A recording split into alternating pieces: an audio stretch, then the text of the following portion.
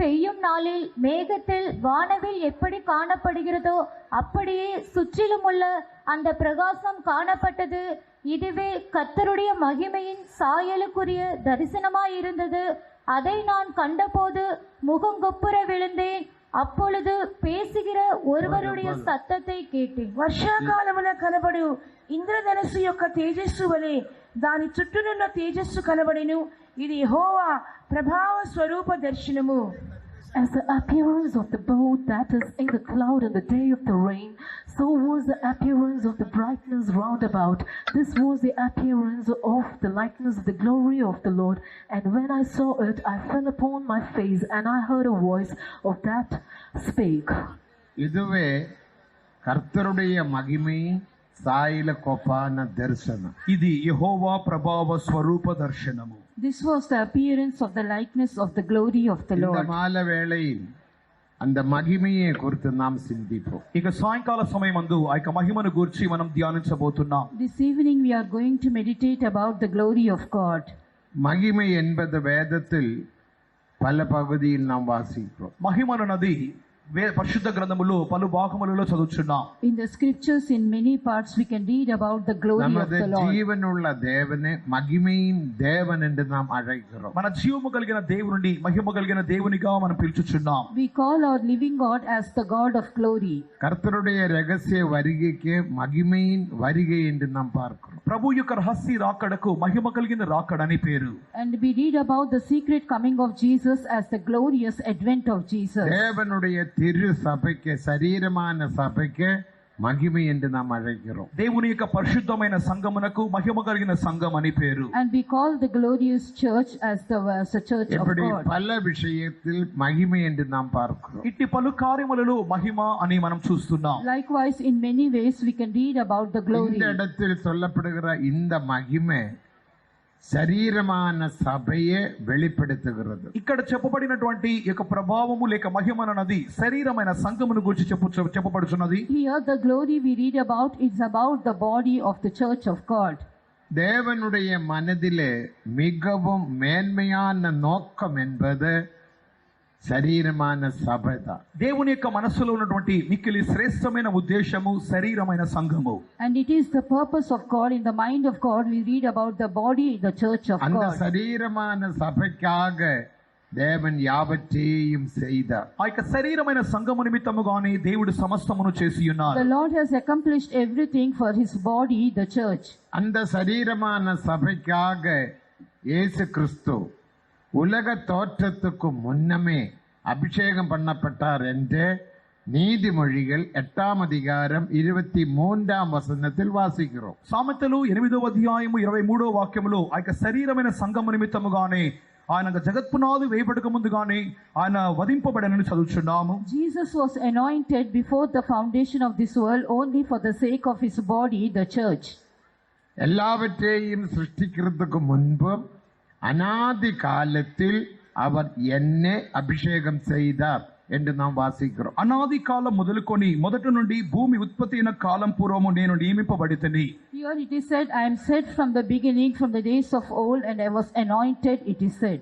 ஆனபடியினால் திருத்துவத்தில் இரண்டாம் தெய்வம் அபிஷேகம் பண்ணப்பட்டபடியினால் கிறிஸ்துவாக மாற்றப்பட்டார்.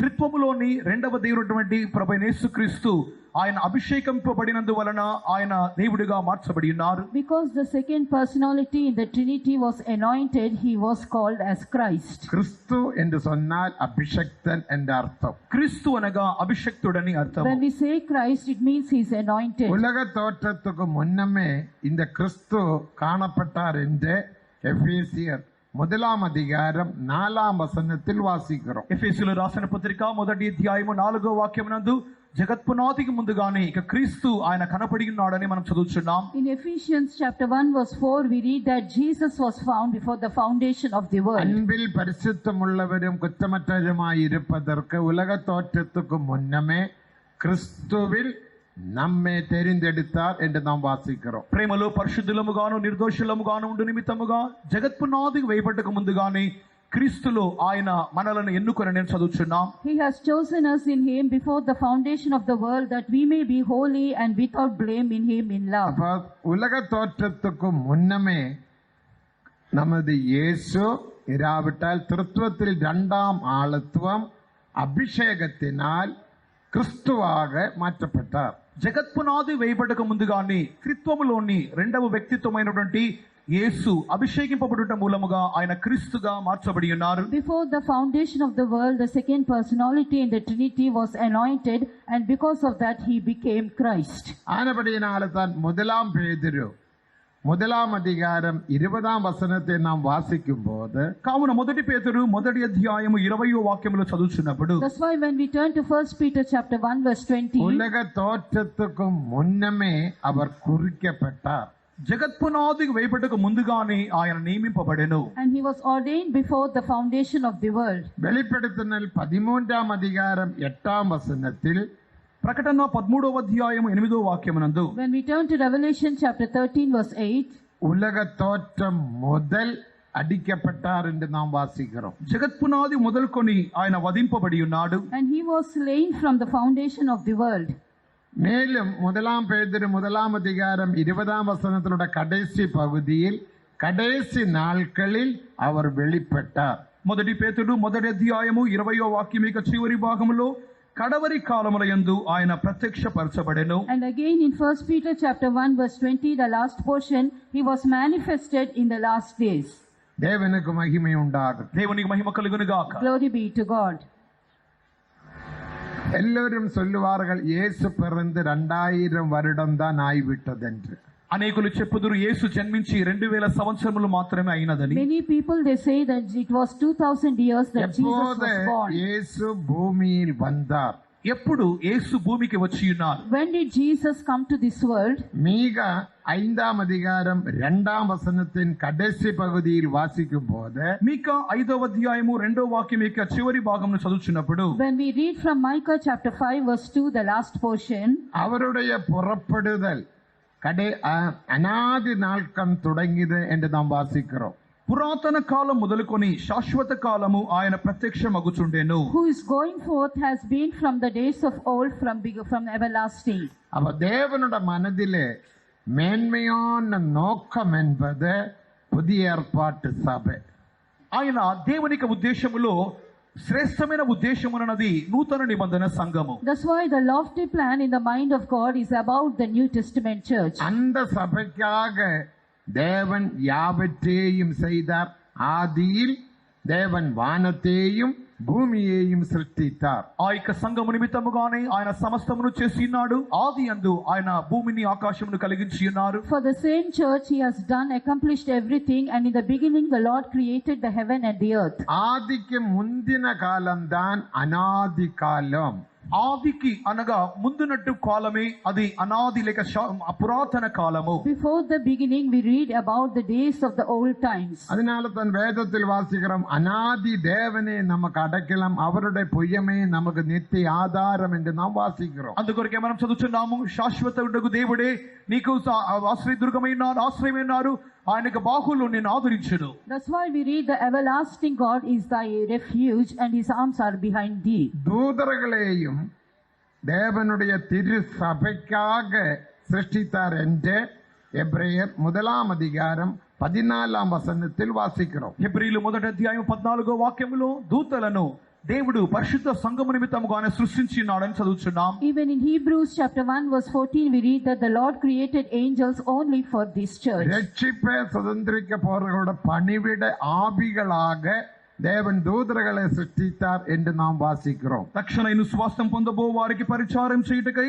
దూతలను ఆత్మలుగా దేవుడు సృష్టించి ఉన్నాడు. The Lord has created angels as a ministering spirit so that they may minister to those who are the heads of salvation. அபிஷேகத்தினால் இப்பொழுது தேவன் நம்மை யாவரையும் திரு சபையாக மாற்றினார். అభిషేకం మూలముగా దేవుడు మన ప్రతి ఒక్కొక్కరిని పరిశుద్ధ సంఘముగా మార్చి ఉన్నారు. Through the anointing the Lord has made us as the church of God.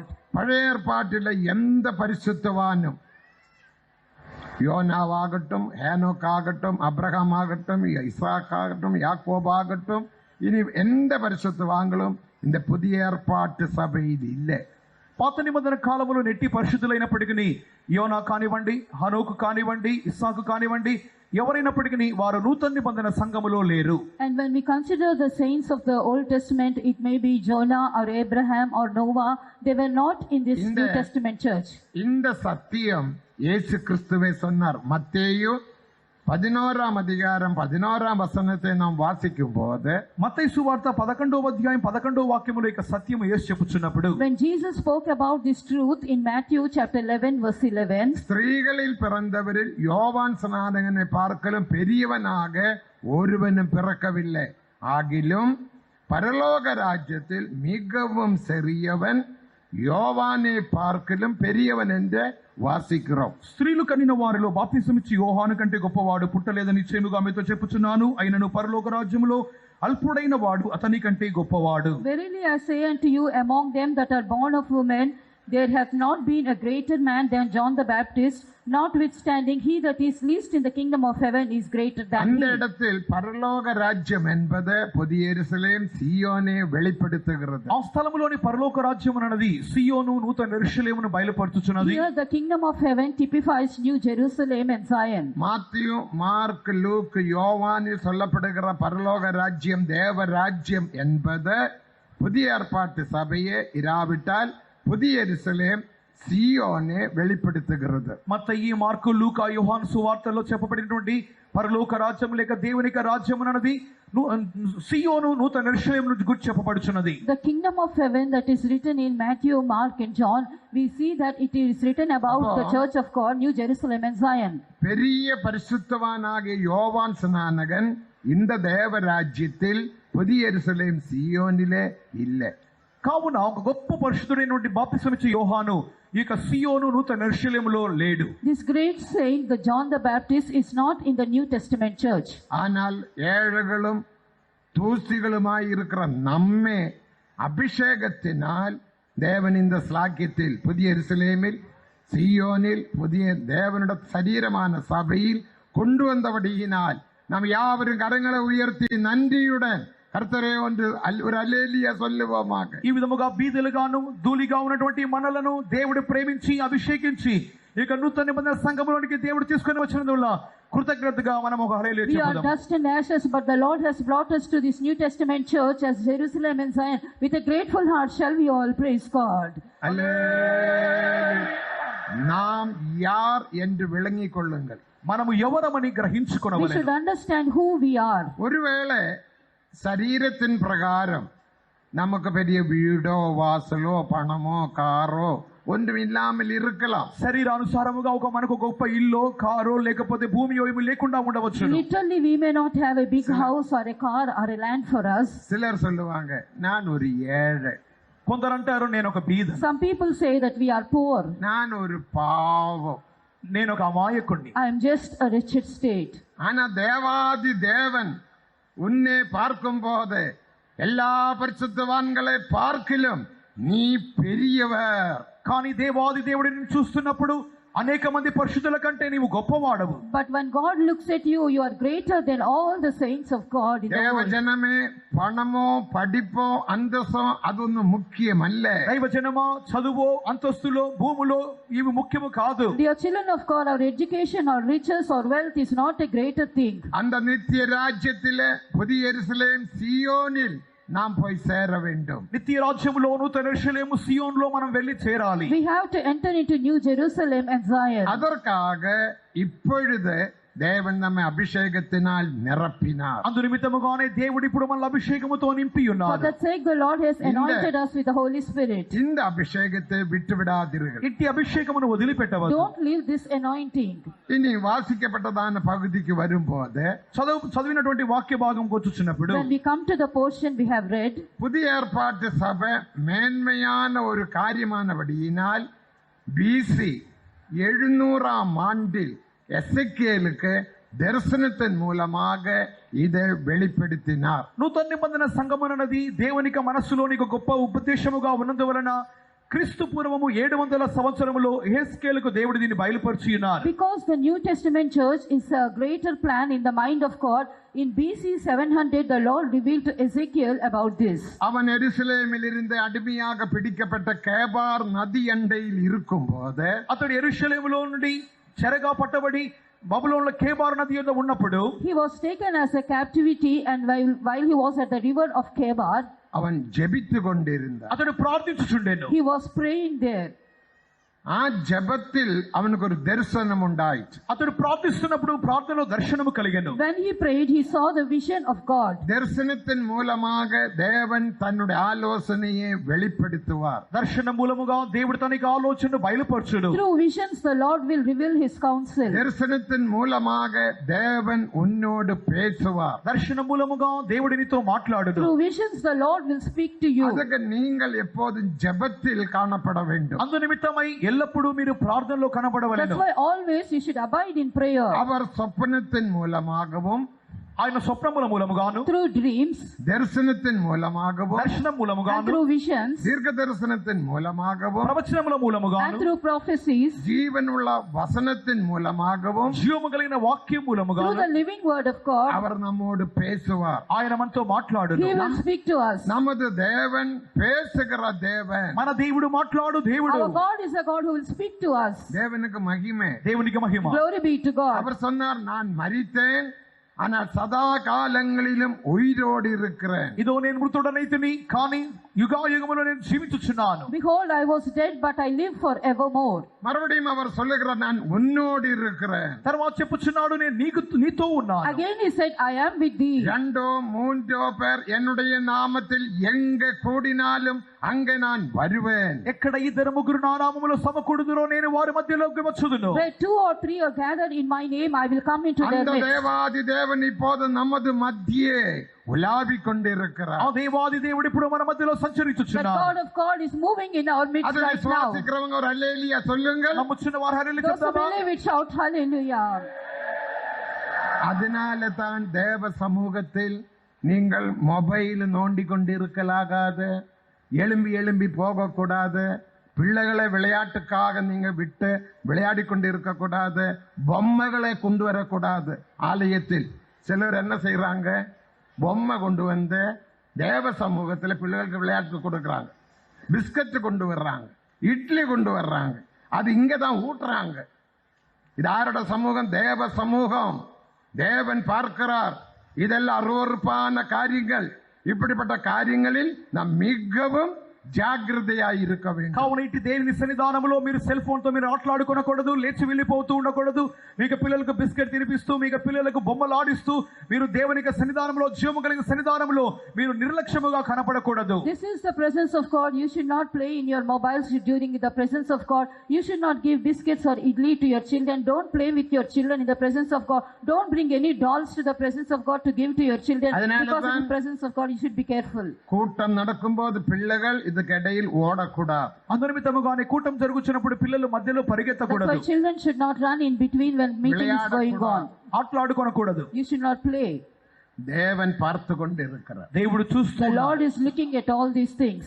தேவன் உன்னை பார்க்கிறார். దేవుడు నిన్ను చూస్తున్నాడు. The Lord watches over நீ you. என் சமூகத்தில் எப்படி காணப்படுகிறாய்? నీవు నా సన్నిధానంలో ఏ విధముగా How కనపడుచున్నావు? are you seen in my presence? நான் ஆசீர்வதிக்க வந்திருக்கிறேன். నేను ఆస్వాదించుటకు వచ్చి I ఉన్నాను. have come down to bless you. நீ என் சமூகத்தில் எப்படி இருக்கிறாய்? నా సన్నిధానంలో ఏ రీతిగా But ఉన్నావు? how are you seen in my நீ presence? ஒரு மனதோடு தேவ சமூகத்தில் காணப்பட்ட பூர்ண ஆவியோடும் பூர்ண பலத்தோடும் பூர்ண மனதோடும் தேவனை சேவித்தால் உன்னை தேவன் வாளாக்காமல் தலையாக்குவார். நீ கீழாகாமல் மேலாவாய். கடனே வாங்காமல் கடனே கொடுப்பாய். దేవుని సన్నిధానంలో పూర్ణ బలముతోను, పూర్ణాత్మతోను, పూర్ణ వివేకముతోను మనము దేవుని ఆరాధించి సేవించిన ఎడల మనము తలగా తోకగా కాదు గాని తలగా ఉందము, క్రింది వారముగా కాదు గాని పై వారముగా ఉందము, అప్పు చేయి వారముగా కాదు గాని అప్పిచ్చు వారముగా ఉందము. But when we love our God and serve our God with all our soul, mind and spirit, then the Lord will make us the head and not the tail, and we will be above and we will not go down. We will lend money to others, we will not borrow money. BC 700 ஆண்டில் క్రీస్తు పూర్వం 700 సంవత్సరమందు In BC 700 years, இஸ்ரவேல் மக்கள் அடிமைகளாக Babylon தேசத்துக்கு போனார்கள். ఇశ్రాయేలు జనులైతే చెరగొనబడి బబులోను కొనుపోబడి ఉన్నారు. Israelites went into the captivity of Babylon. எசேக்கியேல் அதைரியப்படாமல் சோர்ந்து போகாமல் அவருடைய தேவனோட கேபார் நதி அண்டையில் உட்கார்ந்து ஜெபித்து கொண்டிருந்தார். యెహెజ్కేలైతే సొమ్మసిల్లిపోకుండా ధైర్యపడకుండా కేబారు నది యొద్ద అతడు దేవుని తేరు చూసి ప్రార్థించుచుండెను. But Ezekiel was not discouraged. He sat at the river of Kebar and he started to pray. நீயும் சோர்ந்து போகாமல் அதைரியப்படாமல் தேவ சமூகத்தில் நீ ஜெபித்தால் தேவாதி தேவன் உன்னோடு பேசுவார். నీవు కూడా సొమ్మసిల్లిపోకుండా ధైర్యపడకుండా ప్రార్థించినట్లయితే దేవాది దేవుడు నీతో మాట్లాడును. If you are not discouraged, not wearied, and sit and pray in the presence of God, then the Lord will speak to you. தேவ சத்தம் கேட்டு தேவ சித்தம் நீ செய்யலாம். దేవునికి స్వరమును విని దేవుని చిత్తమును నీవు చేయగలవు. You can hear the voice of God and do the will of God. அப்போது தேவன் உன்னை ஆசீர்வதிப்பார். అప్పుడు దేవుడు నిన్ను Then ఆశీర్వదించును. the Lord will bless you. இவர் ஜெபிக்கும் போது ఇతడు ప్రార్థిస్తున్నాడు. While he was praying, இவர் பிரச்சனைக்காக ஜெபிக்கவில்லை. ఇతడు సమస్యల కొరకు ప్రార్థించలేదు. he did not pray for problems. ஆண்டவரே நாங்கள் அடிமை தேசத்தில் வந்து விட்டோம். దేవా మేము బానిస దేశంలోనికి వచ్చి ఉన్నాం. Lord, we have come into the land of இனி captivity. நாங்கள் அடிமைகளை போல காணப்பட வேண்டுமே. ఇక మీద మేము ఎల్లప్పుడూ దాసులుగానే కనపడాలి కదా. Always we are like slaves here. எப்போது எங்களுக்கு ஒரு விடுதலையை தாரும் என்று கேட்கவில்லை. ఇప్పుడు మాకు ఒక విడుదల దయచేయమని అతడు అడగలేదు. Give us a deliverance. He did not pray. அவன் தீர்க்கதரிசி. అతడు ప్రవక్త. He is a prophet.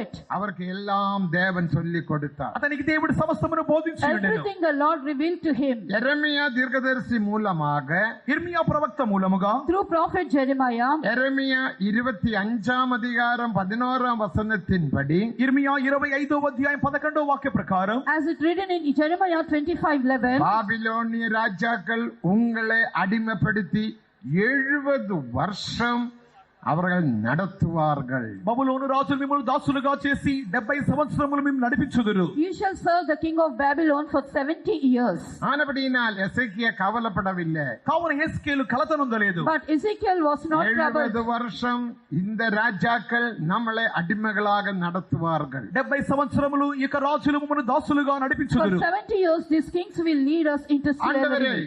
இந்த இடத்தில் என்னை கொண்டு வந்த நோக்கம் என்ன என்று சொல்லி ஜெபித்தார். దేవా ఇక స్థలములోనికి నన్ను తీసుకొని వచ్చిన ఉద్దేశం ఏమిటని హెస్కేలు ప్రార్థించెను. But he prayed saying that, Lord, what is your purpose for bringing us உங்களுடைய here? வாழ்க்கையிலும் பிரச்சனைகள், போராட்டங்கள், வியாதிகள், கஷ்டங்கள், நஷ்டங்கள், மரணங்கள் வரும்போது మీకు జీవితంలో కూడా ప్రభుత్వమైన కష్ట నష్టములు, వ్యాధులు, మరణములు, పోరాటములు కలుగుచున్నప్పుడు Even in your life when you face many kinds of trials and tribulations and sickness and death, சோர்ந்து போகக்கூடாது. మీరు you సమస్యలిపోకూడదు. should not be நீ wearied.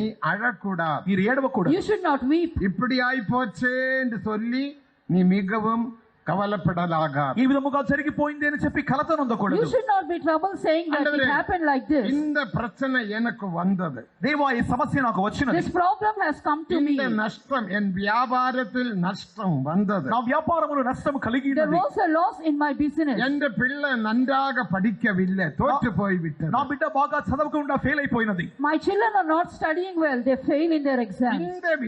இந்த விஷயத்தில் நீர் என்னோட என்ன பேச போகிறீர்? ఇట్టి కార్యములో మీరు నాతో ఏం మాట్లాడబోచున్నారు? But Lord, what are you going to speak to me in this matter? அந்த எசேக்கியேல் அப்படிதான் ஜெபித்தார். ఆ హెస్కేలు ఆ రీతిగానే ప్రార్థించెను. Ezekiel prayed like this. உனக்கு ஒரு கஷ்டம் வந்ததுக்கு ஒரு நோக்கம் உண்டு. నీకు ఒక కష్టం వచ్చిందంటే దాని అందుకు ఒక ఉద్దేశం కలదు. There is a purpose behind your difficulty. உன் வீட்டில் ஒரு மரணம் சம்பவித்தால் அதுக்கும் ஒரு நோக்கம் உண்டு. నీకు ఇంటిలో ఒక మరణం కలిగినట్లయితే దాని వెనకాల ఒక ఉద్దేశం కలదు. If there is a death in your house, there is a purpose behind it. உன் வியாபாரத்தில் பெரிய ஒரு நஷ்டம் வந்தால், இழப்பு வந்தால் அதற்கு ஒரு நோக்கம் உண்டு. నీకు వ్యాపారంలో ఒక గొప్ప నష్టం కలిగింది అన్నట్లయితే అందులో ఒక ఉద్దేశం కలదు. If there is a great loss in your business, there is a purpose behind it. எசேக்கியேல் ஜெபித்தது போல హెస్కేలు As ప్రార్థించినట్లుగా Ezekiel prayed, ஆண்டவரே, இந்த கஷ்டத்திலூടെ, இந்த பிரச்சனையிலூட, இந்த வேதனையிலூட நீர் என்னோடு என்ன பேச போகிறீர், எந்த செய்தி எனக்கு தரப்போகிறீர்? దేవా ఇక కష్టముల గుండా, ఇక వేదనల గుండా, ఇక సమస్యల గుండా వెలుచున్న నాకు మీరు ఎటువంటి ఎటువంటి వర్తమానం ఇవ్వవచ్చున్నారని అడిగినాడు. Lord, in these difficulties, in this pain and agony, what is the message you are going to give to me? அந்த பிரச்சனை வந்ததனோட நோக்கம் தேவன் உன்னோடு பேசுவார். ఆ యొక్క సమస్య ఇచ్చినటువంటి ఉద్దేశమును గురించి దేవుడు నీతో మాట్లాడును. Then the purpose behind that problem, the Lord will speak to you. சோதனையை சகிக்கிற மனுஷன் பாக்கியவான், அவன் உத்தமனாக விளங்கி ஜீவ கிரீடத்தை பெறுவாய் என்று யாக்கோபு 1:12 వాసిக்கிறோம். యాకోబు రాసిన పత్రిక 1:12 శోధన సహించువాడు ధన్యుడు, శోధన కలిగిన వాడు ఎట్లయితే ప్రభు తను ప్రేమించు వారికి వాగ్దానం చేసిన జీవ కిరీటం పొందును. In James 1:12 we read that blessed is the man that endureth temptation, for when he is tried he shall receive the crown of life. என் மகனே, என் மகளே, உனக்கு வந்த சோதனையின் காரணம் நான் உன்னை கைவிடவில்லை, உன்னை விட்டு விலகவில்லை, உனக்காக நான் ஜீவ கிரீடத்தை வைத்திருக்கிறேன், அந்த கிரீடத்தை பெறும்படியாக இன்று நான் అనుమతితేன். నా కుమారుడా, నా కుమార్తె, నీకు శోధన ఇచ్చుట మూలముగా నేను చెయ్యి విడవలేదు, ఎడబాయలేదు.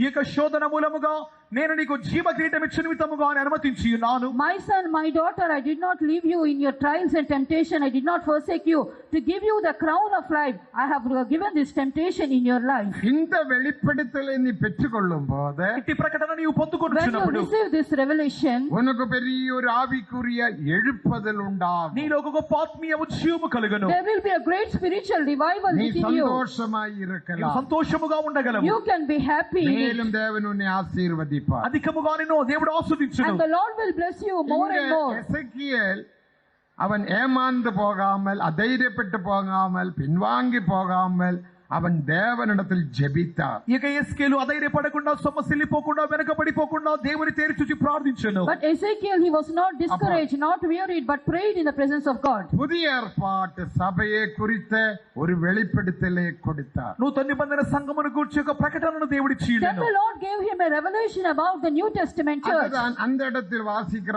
4 ஜீவன்கள். అక్కడ మనం చదువుతున్నటువంటి 4 జీవులు. Here we read about the 4 அதுதான் beasts. கர்த்தருடைய மகிமைக்கு, கர்த்தருடைய சாயலுக்கு பான மகிமையின் தரிசனம் என்று நாம் வாசித்தோம். అందు గురించి చదువుచున్నాము, యెహోవా ప్రభావ స్వరూప దర్శనము. And this is the appearance of the likeness of the glory of God. எபேசியர் 5:27 வாசிக்கும் போது, ఎఫెసీయులు 5:27 When చదువుచున్నప్పుడు we read Ephesians 5:27, தேவ சபைக்கு மகிமை என்று நாம் வாசிக்கிறோம். దేవుని యొక్క సంఘముకు మహిమ కలిగిన సంఘమని చదువుచున్నాం. we read that about the church of God as glorious church. கரை திரு முதலானது ஒன்றுமில்லாமல் பரிசுத்தமும் பிழையற்றதுமான மகிமையுள்ள சபை என்று நாம் வாசிக்கிறோம். కలంకమైనను, ముడతైనను, అట్టిది మరేదను లేక పరిశుద్ధము నిర్దోషమైన మహిమ కలిగిన సంఘము. A glorious church without spot or wrinkle or any such thing, but it has a holy and without நம்முடைய blame. மகிமைக்குள்ள எந்த கரையும் திரையும் பிழையும் இருக்கலாகாது. కావున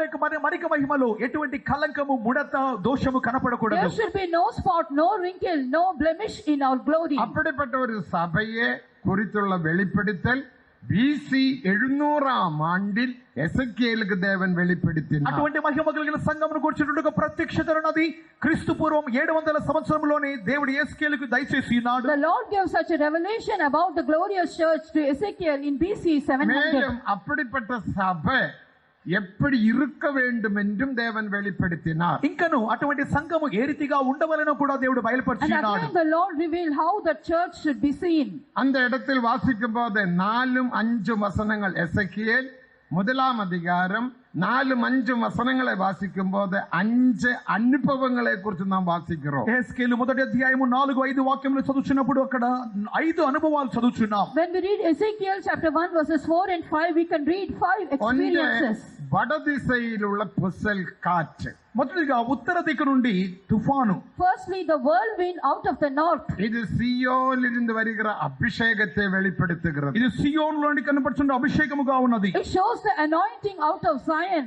வடதிசை என்பது சீயோனை வெளிப்படுத்துகிறது என்று 48 சங்கீதம் 2 வசனத்தில் வாசிக்கிறோம். 48వ కీర్తన 2వ వాక్యమునందు ఉత్తర దిక్కున్నది సియోను చూపుచున్నదని చదువుచున్నాము. In Psalm 48 verse 2, we read about the north. It is shows the Zion. வடதிசையிலுள்ள சீயோன் பர்வதம் அடிப்பமான ஸ்தானமும் சர்வ பூமிக்கு மகிழ்ச்சியுமாய் இருக்கிறது.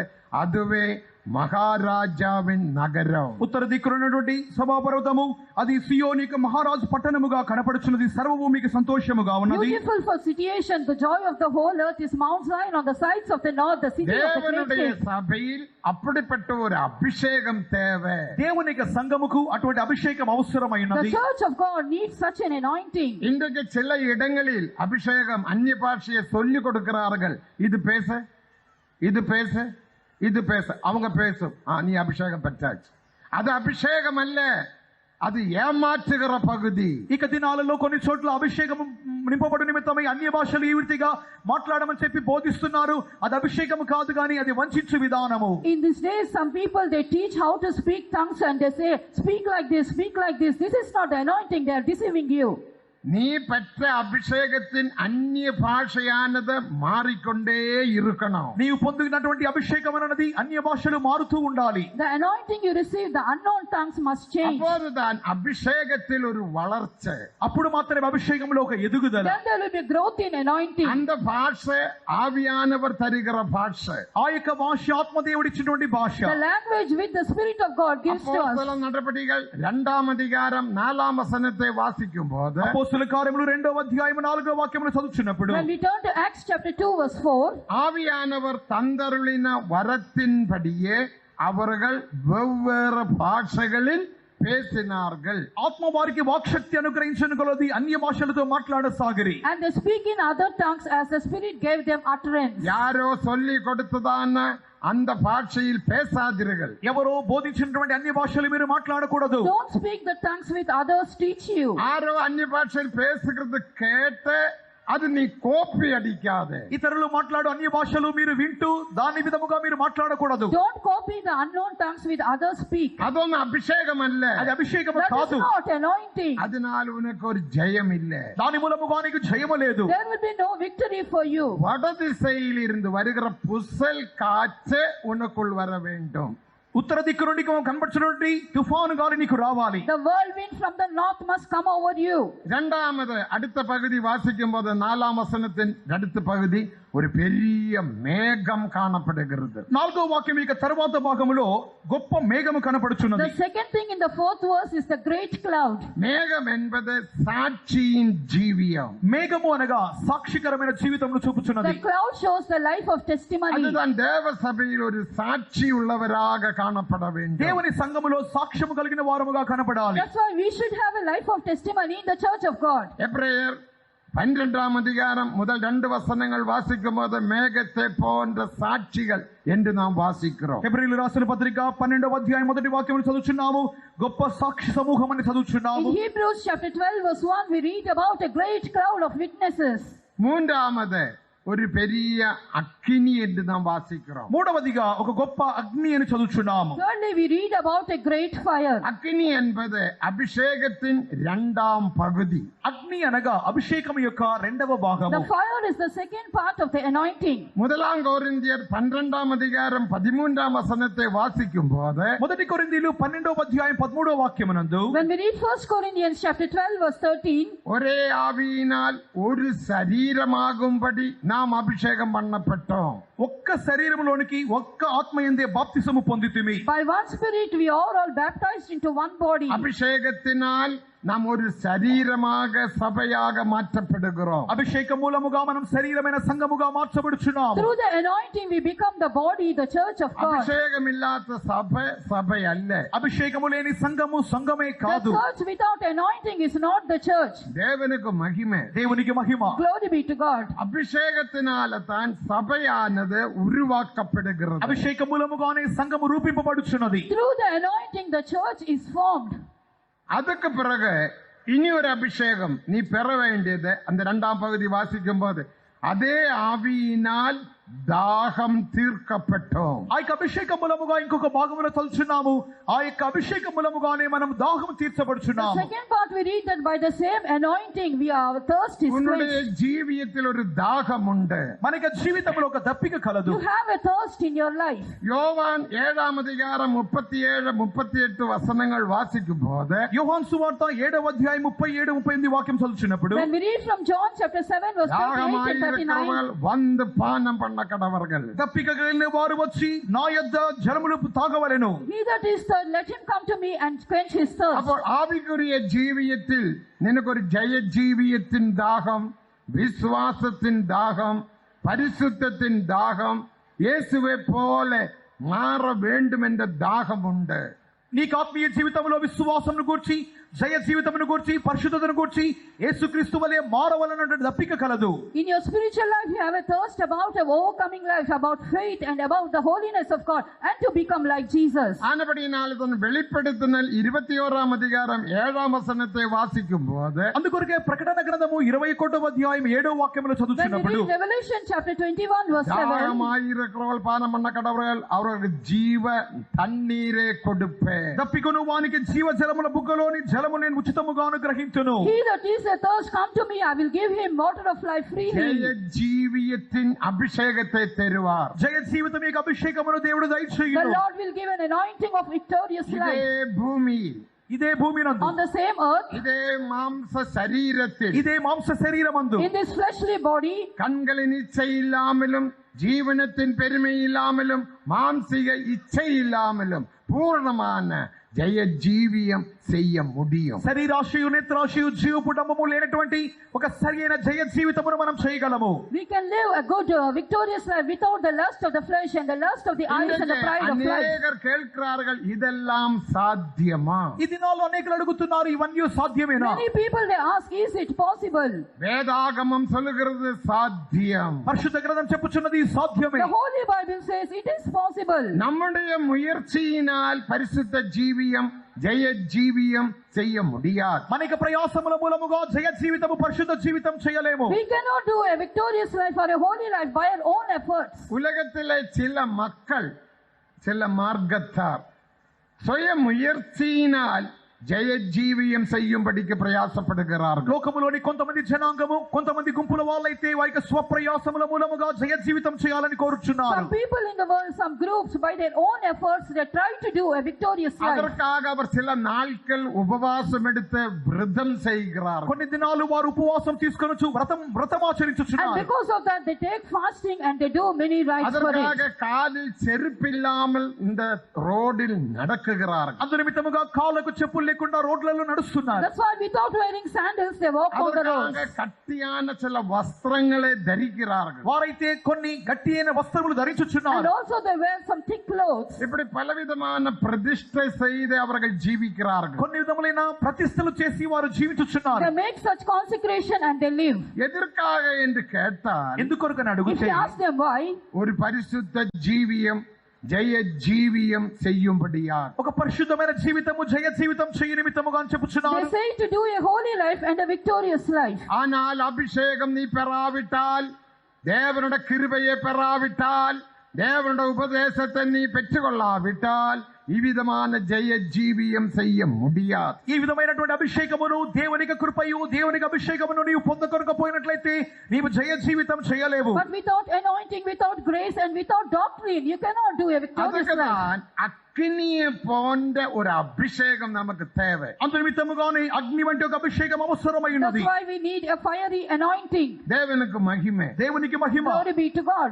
அந்த அபிஷேகம் நமக்குள் வரும்போது ఆ యొక్క అభిషేకం మనలోనికి When the వచ్చుచున్నప్పుడు anointing comes into us, மாம்சிகமான சிந்தனைகள், மாம்சிகமான சுபாவங்கள், மாம்சிகமான கிரியைகளை அந்த அக்கினியானதை அழித்து போடும். శారీరక తలంపులు, శారీరక స్వభావములు, శారీరక క్రియలను అభిషేకం నశింపచేయును. then the anointing will destroy all the fleshly deeds and fleshly desires and fleshly lusts. அதனால தான் 2 கொரிந்தியர் 5 அதிகாரம் 5 வாசிக்கும் போது, అందుకొరకే 2వ కొరింథీయులు 5వ అధ్యాయం 5వ వాక్యమును చదువుచున్నప్పుడు, That's why when we read 2 Corinthians chapter 5 verse 5, அதற்கென்று எங்களை ஆயத்தப்படுத்தினவர் அவரே. దీని నిమిత్తము మన సిద్ధపరిచిన వాడు దేవుడే. and he has prepared us for the self same thing.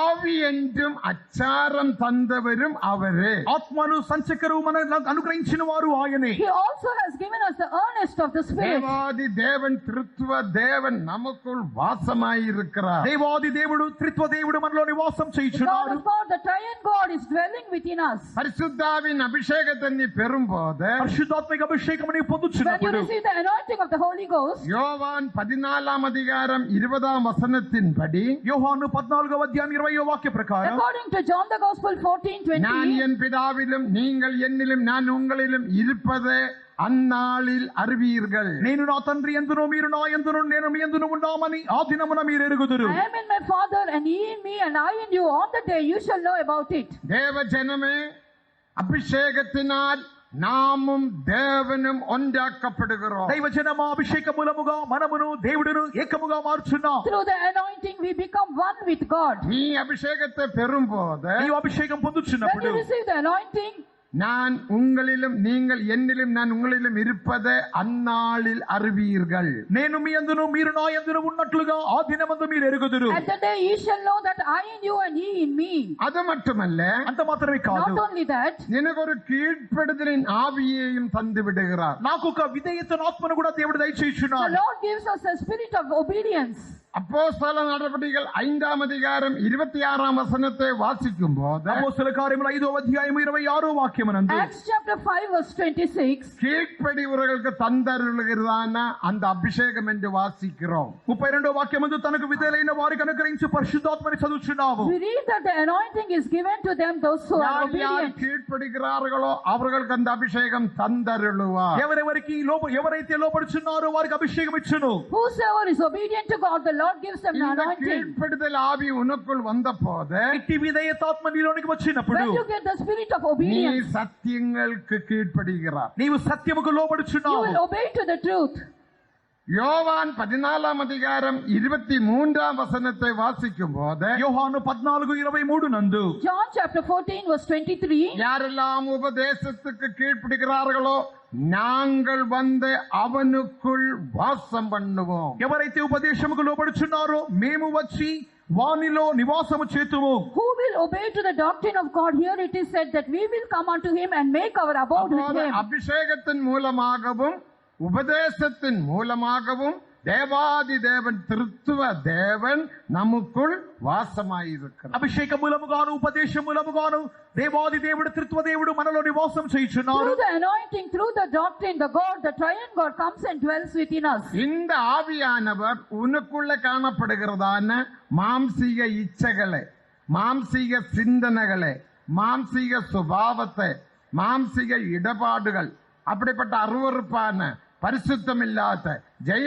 ஜீவியத்துக்கு விரோதமாக கிரியை செய்கிற பொல்லாத ஆவிகளை அழித்து போடுவார். ఇట్టి దేవుడు మనలో ఉన్నటువంటి శారీరకమైనటువంటి తలంపులు, శారీరకమైనటువంటి క్రియలు, శారీరకమైన వ్యవహారములు, ఇతరులతో అపవిత్రముగా వ్యవహరించే విధానములన్నిటిని తీసివేసి గొప్ప జయ జీవితమును దయచేయును. This God will destroy all kinds of fleshly lust, fleshly desires, and all kinds of fleshly character that is within us, and all abominable things he will destroy, and he will give us the victory. ஒரு அக்கினியானது இரும்பை உருக்கும். ఒక అగ్ని ఇనుమును కరిగించును. Fire will melt iron. அக்கினியானது இந்த தடியை அதை சாம்பலாக மாற்றிவிடும். అగ్ని అన్నది ఇక చెక్కను బూడిదగా మార్చును. Even fire will make to ashes this plank. அக்கினிக்கு ஒரு வல்லமை உண்டு. అగ్నికి ఒక శక్తి కలదు. There is a power to fire. அதே போலதான் அக்கினியின் அபிஷேகம். అదే విధముగా అగ్ని అభిషేకము. Likewise, the fiery anointing. அந்த வல்லமையினால் உன்னுடைய ஜீவியத்தில் காணப்படுகிற எல்லா அருவருப்பான பரிசுத்தம் இல்லாத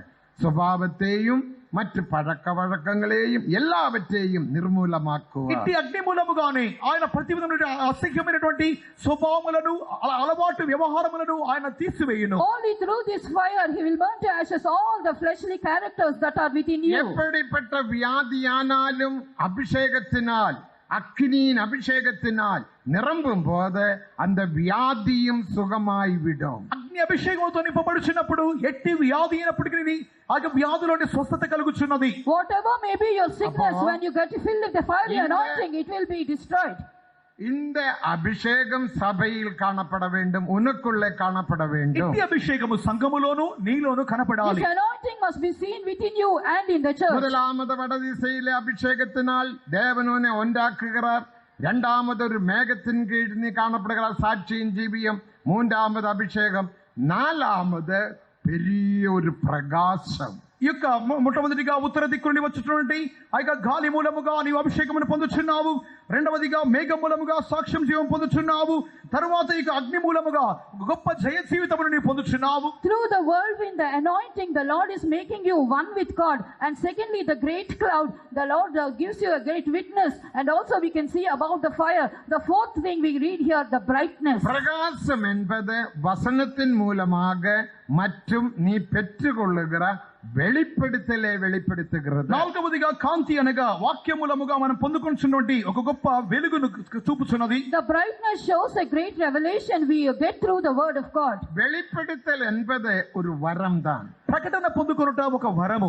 Receiving revelation is a gift. கப்பை நாம் பார்க்கும்போது ఇక కప్పును మనం When చూస్తున్నప్పుడు we see this cup, தெய்வீக வெளிப்படுத்தலை நீ பெற்றுக்கொள்ளணும். దైవికమైన ప్రకటన నీవు పొందుకోవాలి. you have to receive divine இது revelation. கப்பு என்று நீ சொல்லலாம். దీనిని కప్పు అని నీవు You చెప్పవచ్చును. may say it is a அதே cup. நேரத்தில் கப்பு எவ்வளவு வெண்மையாய் இருக்கிறது. ఈ కప్పు ఎంత తెల్లగా ఉన్నది. See this cup, how white it அப்ப is. இந்த கப்பை போல நானும் வெண்மையாக மாற்றப்பட வேண்டுமே. ఈ కప్పు వలె నేను కూడా తెల్లగా మార్చబడాలి. Like this cup, I should become white and தேவனுக்கு clear. மகிமை. இப்படி அநேக காரியங்கள் இந்த கப்பிலூടെ நாம் பெற்றுக்கொள்ளலாம். కావున పలు కార్యములను ఇక కప్పు మూలముగా మనం పొందుకొనవచ్చును. Many revelations we can receive through this இந்த cup. கப்புக்கு ஒரு மூடி உண்டு. ఈ కప్పుకు ఒక మూత కలదు. There is a lid to this இது cup. மூடி வைத்தால் దీనికి మూత వేసినట్లయితే When we place the இதில் lid, இருக்கிற சூடு இழந்து போகாது. దీనిలోని వేడిమి పోదు. the hot within it remains இதே in it. போல தேவன் எனக்குள் ஒரு அனல் தந்திருக்கிறார். அந்த அனலை நான் பிரதிஷ்டையின் மூலமாக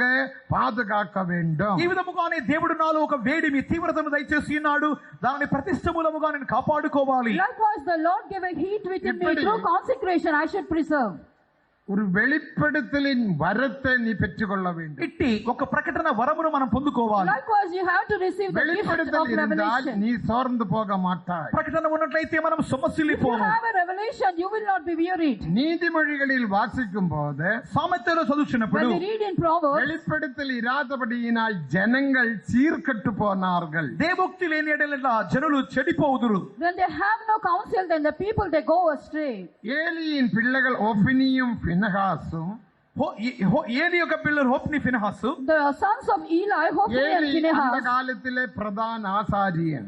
ఏలి ఆ దినములో ప్రధాన యాజకుడు. Eli is the high priest in those days. அவனுக்கு பிறகு அவன் பிள்ளைகள் அந்த ஸ்தானத்தில் வர வேண்டும். అతని తరువాత అతని బిడ్డల యొక్క స్థానముకు వచ్చి ఉండవలెను. After him, his sons should come to his place. ஆனால் அந்த பிள்ளைகள் தெய்வீக ప్రమాణத்தில் வெளிப்படுத்தல் இராதபடியினால் కావున వారు దేవునికి ఆజ్ఞలలో సరైన ఒక ప్రకటన లేని వారి వలగా ఉన్నందున But they don't have the divine revelation of the ஒருவேளை counsels. பிரமாணத்தை அவன் சொல்ல முடியும். ఒకవేళ అతడు ఆజ్ఞలు చెప్పి ఉండవచ్చును. He may say the Lord to them. ஆனால் வெளிப்படுத்தல் இராதபடியினால் அந்த இடத்தில் வருகிறதான சகோதரிகளை அவன் கெடுத்தினதாக நாம் வேதத்தில் வாசிக்கிறோம். అట్టి ప్రకటన వారికి లేనందువలన అక్కడికి వచ్చిన సహోదరులను వారు చెడగొట్టినట్లుగా మనం చూస్తున్నాం. Because they don't have the revelation, they spoil the ladies who have come over there. வெளிப்படுத்தல் இராவிட்டால் நீயும் ரகசியமாக பல பல పాపங்கள் చేయకూడదు. మనకు ప్రకటన లేనట్లయితే మనము పలు పలు రహస్యమైన పాపములు చేయువారముగా ఉందాము. If you don't have revelation, then secretly you may commit இன்றைக்கு many sins. பலரும்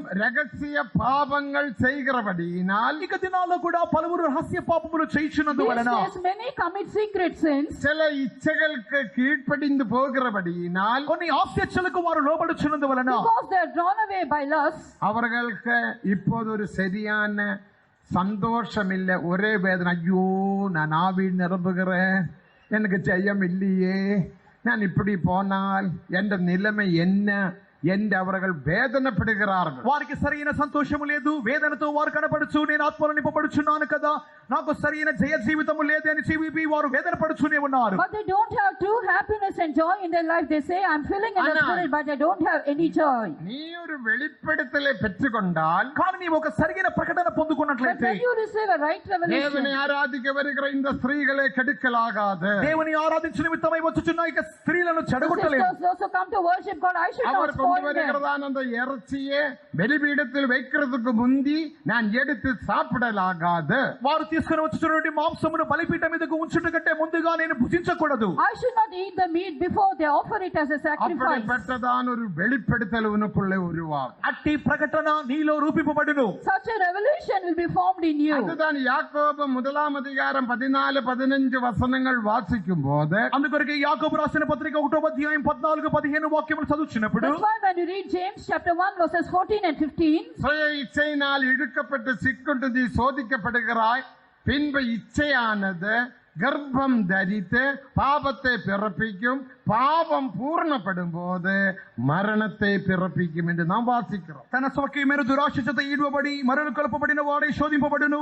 దురాశ గర్భం ధరించి పాపమును కనుక పాపం పరిపక్వమై మరణమును కనుగొని చదువుచున్నాము. here we read every man is tempted when he is drawn away by his own lust, and after that sin is conceived and bringeth forth, and when it is finished it bringeth forth death. பாபம் செய்தாலும் ஆவியில் நிரம்பலாம். కొంతమంది అయితే పాపము చేసినప్పటికీ ఆత్మలో Even నింపబడవచ్చును. though you commit sin, you can get filled in the spirit. நீ பாபம் செய்தாலும் கரங்களை தட்டலாம். నీవు పాపము చేసినప్పటికీ నీ చప్పట్లు కొట్టవచ్చును. Even though you commit sin, you can clap your hands. நீ குதிக்கலாம். నీవు గెంతవచ్చును. You may leap and jump, ஆனால் உனக்கு ஒரு அனுபவம் வராது. కానీ నీకు ఎట్టి అనుభవము కలగదు. but you will have no experience. காரணம் உன்னோட பாவம் உனக்கு தடையாயிருக்கும். కారణము నీ పాపము నీకు ఆటంకముగా ఉండును. Because sin is a hindrance for you. தேவனுக்கு மகிமை. దేవునికి మహిమ. Glory be to God. அத சில தேவ ஜனங்கள் ஆவி நிரம்பி இங்கே குதிக்கிறார்கள், வெளியே போன உடனே பாபம் செய்கிறார்கள். కొంతమంది దేవుని జనాంగం అయితే ఇక్కడ ఆత్మలు నింపబడి గెంతుచున్నారు, బయటికి వెళ్ళిన వెంటనే పాపం చేయుచున్నారు. That's why some children of God, they leap and jump here, and afterwards they go out and commit sin. நீ தேவனை ஏமாற்றுகிறாய். నీవు దేవుని You are మోసగించుచున్నావు. deceiving God. நினக்கு ஒரு வெளிப்படுத்தல் இல்ல. నీకు ఒక ప్రకటన లేదు. You don't have any நினக்கு revelation. ஒரு பிரகாசம் இல்ல. నీలో ఒక ప్రకాశము లేదు. There is no brightness. அந்த பிரகாசம் உனக்குள்ள இருந்தால், ఆ యొక్క ప్రకాశము నీలో ఉన్నట్లయితే When you have the brightness, இப்ப இந்த ஹாலில் பிரகாசம் இருக்கிறது. ఇక హాలులో ఒక కాంతి ఉన్నది. now there is a brightness in இதிலே this hall. ஒருவன் நடந்து போனால் ఇందులో ఒక నడిచి If a వెళ్ళినట్లయితే man walks in this hall, அங்க பெட்டி உண்டு, அந்த பெட்டியில போய் தட்டி தடுமாற மாட்டான். ఆ యొక్క ఒక పెట్టి ఉన్నది, ఆ యొక్క పెట్టికి తట్టుకొని వారు క్రింద పడిపోరు. there is a box here, he will not dash against the box. அந்த இடத்தில் குறுகின இடமானாலும் கூட வெளிச்சம் இருக்கிறபடியினால் அவன் அந்த குறுகின இடத்திலூட தட்டாம முட்டாம ఆ போவான். యొక్క పెట్టి ఉన్న చోట ఒక ఇరుకైన స్థలముగా ఉన్నందువలన ఇరుకుగా ఉన్నప్పటికీ ఆ యొక్క పెట్టికి వారు తట్టుకోకుండా వారు జాగ్రత్తగా ముందుకు Even వెళుదురు. though it is a narrow way, he will not dash against the And- box, but will walk carefully. பிரகாசம் தான் வெளிப்படுத்தல். ఆ యొక్క కాంతియే ప్రకటన. That brightness is the revelation. தேவனுக்கு மகிழ். அதனால 119 சங்கீதம் 105 வசனத்தை வாசிக்கும் போது 119వ కీర్తన 105వ వాక్యం చదువుచున్నప్పుడు When we read Psalm 119 verse 105, உமது வசனமே என் பாதைக்கு வெளிச்சமாய் இருக்கிறது. నీ వాక్యము నా పాదములకు దీపమునైనది. your word is a light to my path. தேவனுக்கு மகிமை. దేవునికి మహిమ. Glory அந்த be to God. வசனமே நமக்கு வெளிச்சம். ఆ యొక్క వాక్యమే మనకు The వెలుగైనది. word of God is our light. நீ ஒரு பாவம் செய்ய నీ போகும்போது, యొక్క పాపం చేయుటకు When you వెలుచున్నప్పుడు, go and commit sin, நீ ஒரு லஞ்சம் வாங்க கை நீட்டும் போது, లంచం తీసుకోవడానికి చేతులు when చాపుచున్నప్పుడు, you stretch forth to take நீ bribe, ஒருவனை ஏமாற்ற பிரயாசப்படும் போது, ఎవరైనా మోసగించుటకు when you try ప్రయత్నించినప్పుడు, to deceive others, நினக்குள்ள இருக்கிற வசனம் என்ன சொல்லும்? மகனே, மகளே, செய்யாதே. నీలో ఉన్న వాక్యం ఏం చెప్పును? కుమారుడా, కుమార్తె, చేయవద్దు. the word within you will tell, daughter, son, don't do that. நமது தேவன் பேசும் தேவன். మన దేవుడు మాట్లాడు దేవుడు. Our God is a God who will speak. உடனே நீ தேவனுக்கு பயந்து லஞ்சம் வாங்காமல் யாரையும் ஏமாற்றாமல் நீ திரும்பி வருவாய். అప్పుడు నీవు వెంటనే దేవునికి భయపడి లంచము తీసుకోనకుండా ఎవరిని మోసగించకుండా తిరిగి వచ్చుదువు. Then you will not take bribe, you will not deceive anyone, you will return back without doing such ஆனபடியால் things. வசனமாகிய வெளிச்சம் உன்னுடைய இருதயத்துக்குள் காணப்பட வேண்டும். కావున వాక్యం అనే వెలుగు నీ హృదయములో కనపడాలి. That's why the light of the word of God must be seen in your hearts. 119 சங்கீதம் 11 வசனத்தை வாசிக்கும் போது 119వ కీర్తన 11వ వాక్యం చదువుచున్నప్పుడు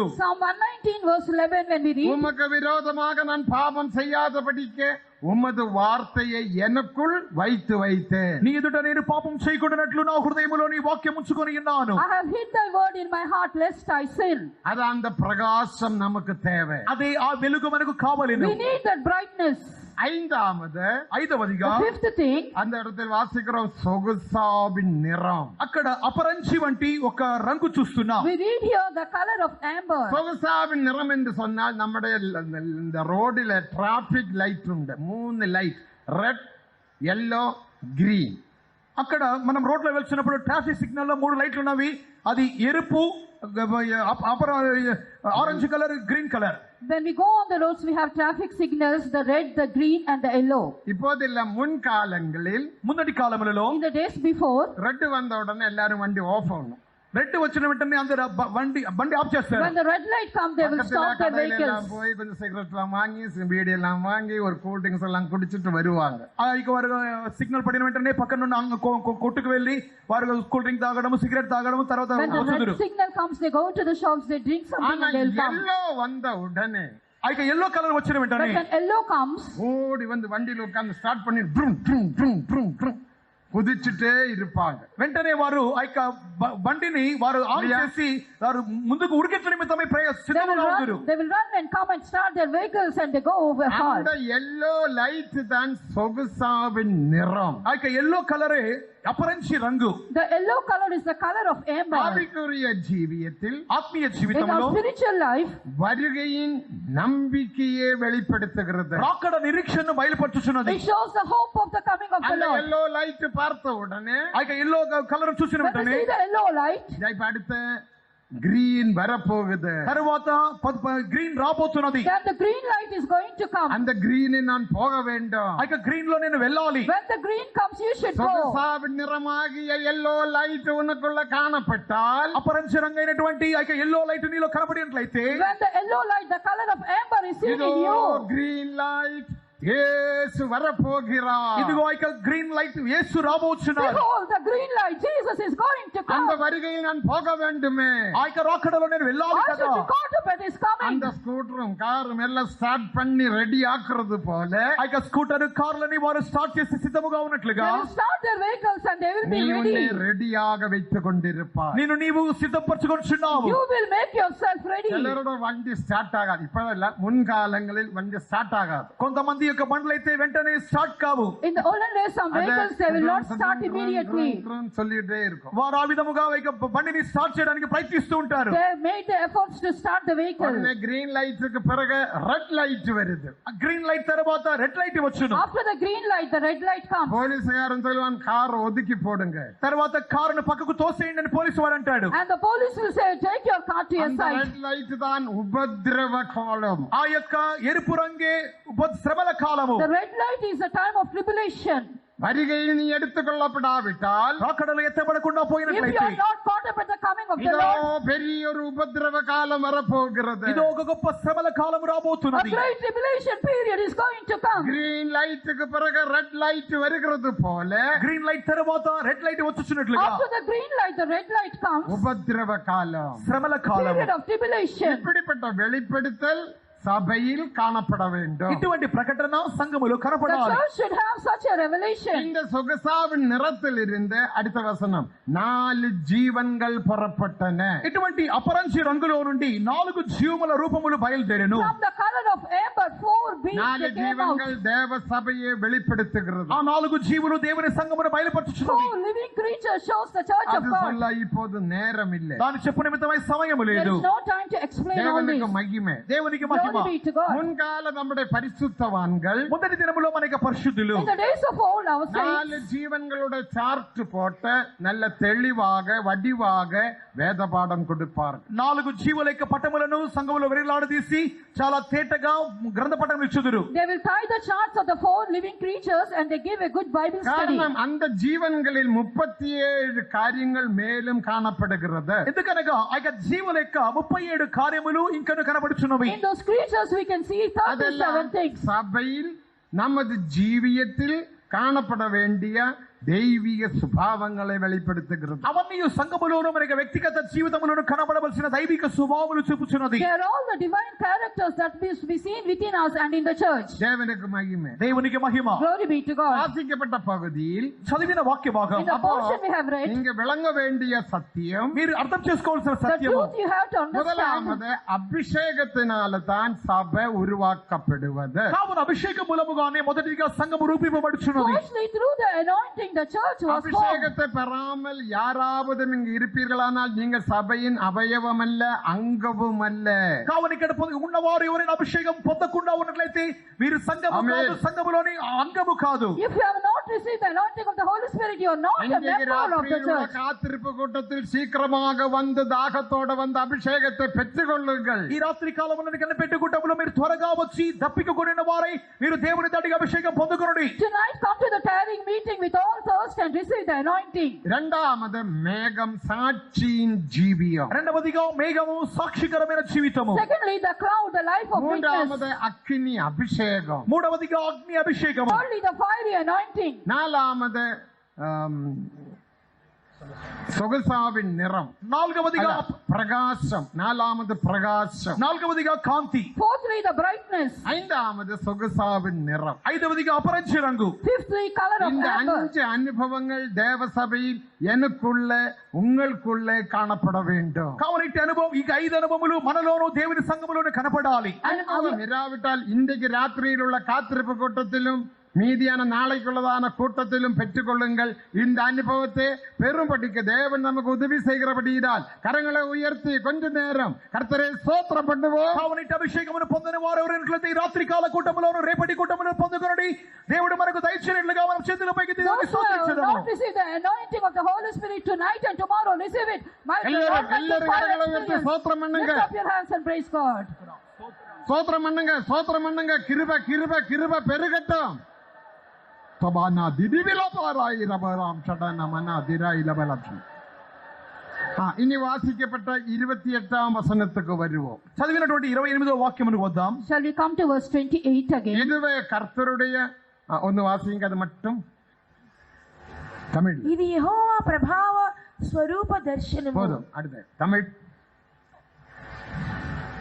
இதுவே கர்த்தருடைய மகிமையின் சாயலுக்குரிய இதுவே கர்த்தருடைய மகிமையின் சாயலுக்கு ஒப்பான தரிசனம். ఇది యెహోవా ప్రభావ స్వరూప దర్శనము. This was the appearance of the likeness of the glory of இந்த God. மகிமை என்பது தேவ சபையை புதிய ஏற்பாட்டு சபையை வெளிப்படுத்துகிறது. ఈ యొక్క ప్రభావము లేక మహిమ అన్నది నూతన నిబంధన దేవుని సంఘమును చూపుచున్నది. The glory reveals the New Testament church. இந்த சபையானது பூமியில் ஸ்தாபித்தது AD 30ஆம் ஆண்டில் 33ஆம் ஆண்டில். ఈ యొక్క సంఘం అన్నది భూమి మీద స్థాపింపబడినది క్రీస్తు శక 30వ సంవత్సరం లేక 33వ This సంవత్సరం. church was formed on the earth on AD 30 or 33. அவர்கள் எருசலேமில் பரிசுத்த ஆவிக்காக 120 பேர் காத்திருந்தார்கள். వారు యెరూషలేములో 120 మంది పరిశుద్ధాత్మ కొరకు కనిపెట్టుచు ఉండిరి. 120 people they tarried in Jerusalem for Holy Spirit. முதல் முறை பரிசுத்த ஆவியானவர் வந்து இறங்கினார். మొట్టమొదటిసారి పరిశుద్ధాత్మ దేవుడు దిగినాడు. For the first time the Holy Ghost descended. 120 பேரும் அபிஷேகத்தை பெற்றுக் கொண்டார்கள். 120 మంది అభిషేకమును పొందిరి. 120 received the Holy Spirit. 120 பேரும் அந்நிய பாஷையில் பேசினார்கள். 120 మంది అన్య భాషలు మాట్లాడిరి. All 120 they spoke in unknown அப்போதுதான் tongues. சபை ஆரம்பித்தது. అప్పుడే సంఘము Then ప్రారంభింపబడెను. the church began. ஆனா எசேக்கியேலின் காலத்தில் కానీ యేస్కేలు యొక్క But కాలంలో in the period of இப்படி ஒரு Ezekiel, சபை இல்ல. ఇట్టి సంఘము లేదు. there is no such church. ஆனால் அதற்கேற்ற தரிசனத்தை தேவன் வெளிப்படுத்தினார். కానీ అందుకు తగిన దర్శనమును దేవుడు బయలుపరిచి But ఉండెను. the Lord revealed a vision about it. எசேக்கியேல் வரப்போகிற நாட்களில் என்னுடைய ஆவியே மாம்சத்தின் மேல் ஊற்றுவேன், அவர்கள் என்னுடைய ஜனங்களாக சபையாக శరీరமாக మార్చబడువారు. యేస్కేలు రాబోయే దినముల్లో శరీరాల మీద నా యొక్క ఆత్మను కుమ్మరించుదును, వారు నా యొక్క శరీరముగాను నా యొక్క సంఘముగాను మార్చబడుదని చెప్పి ఉన్నాడు.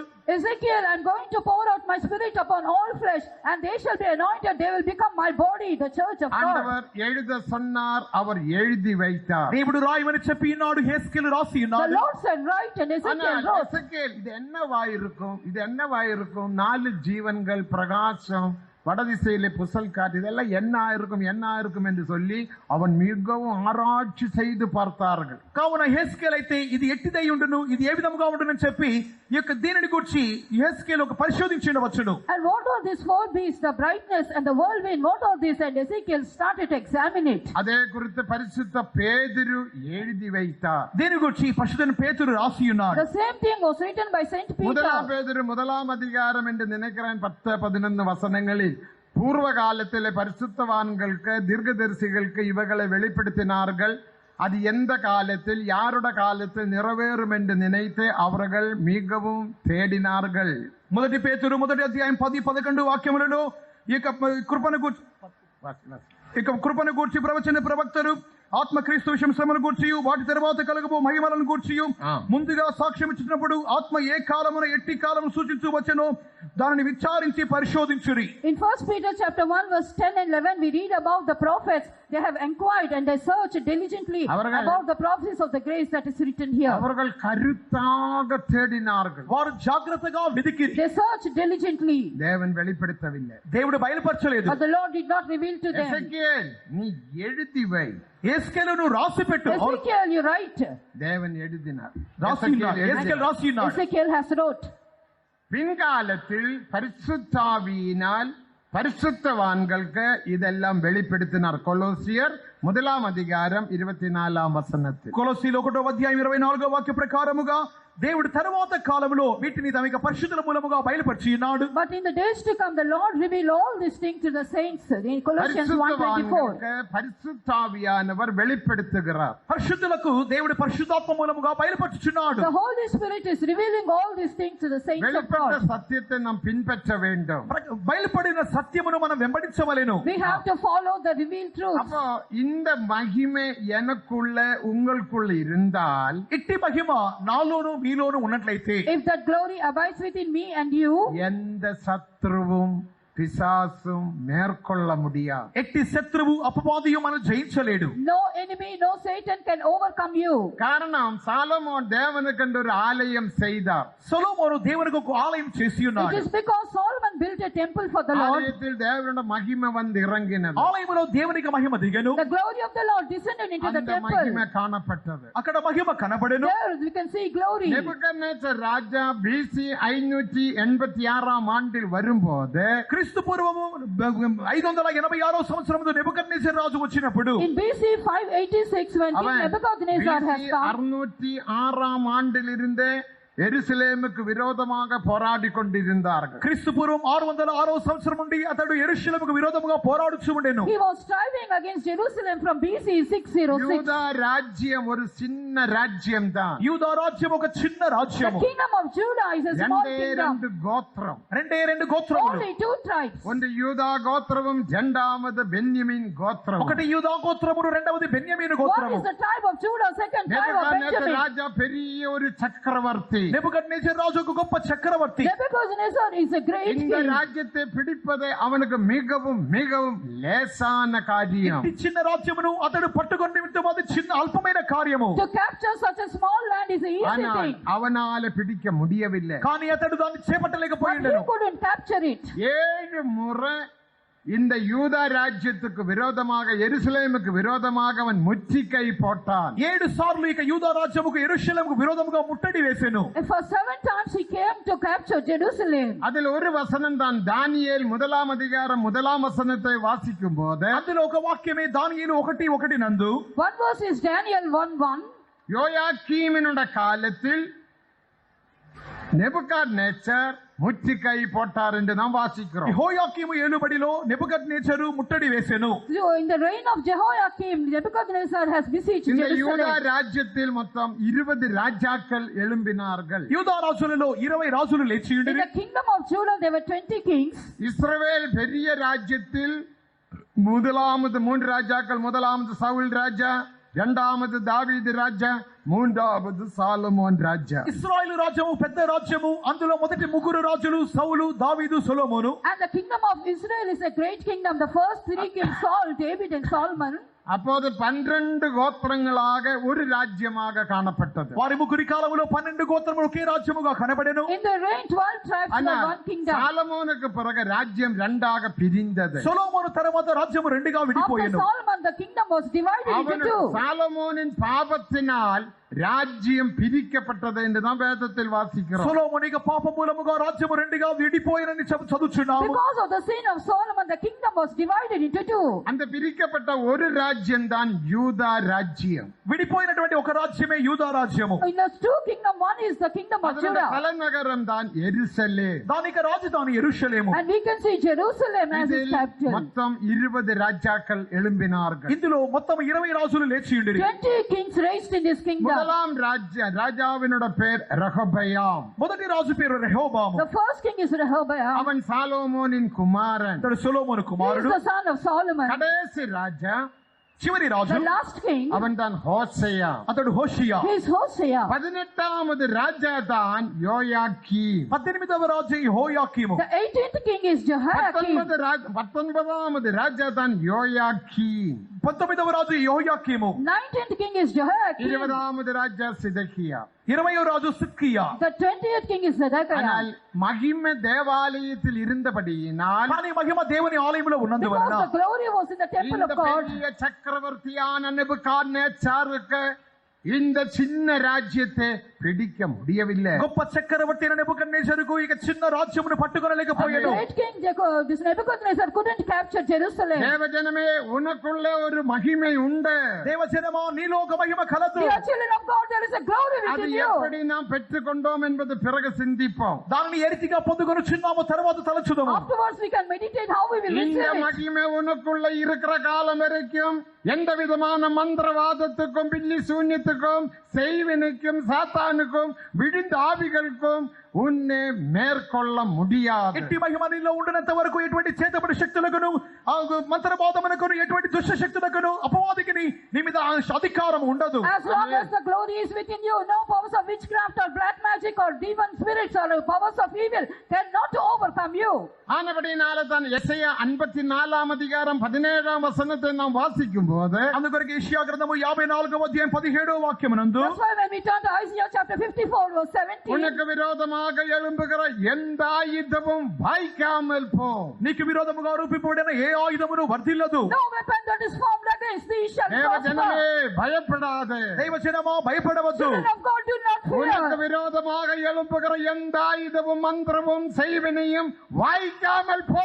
నీకు విరోధముగా రూపింపబడే ఎటువంటి చేతబడి శక్తియు మంత్రవాదమును అది గెలవలేదు. No weapon, no power of witchcraft, no power of black magic can இந்த overcome you. மகிமை உனக்குள் இருந்தால் போதும். ఇట్టి మహిమ నీలో ఉంటే చాలును. If the glory abides in you, it is ஆனா enough. சம்பவித்தது என்ன? కానీ జరిగింది But ఏమిటి? what happened?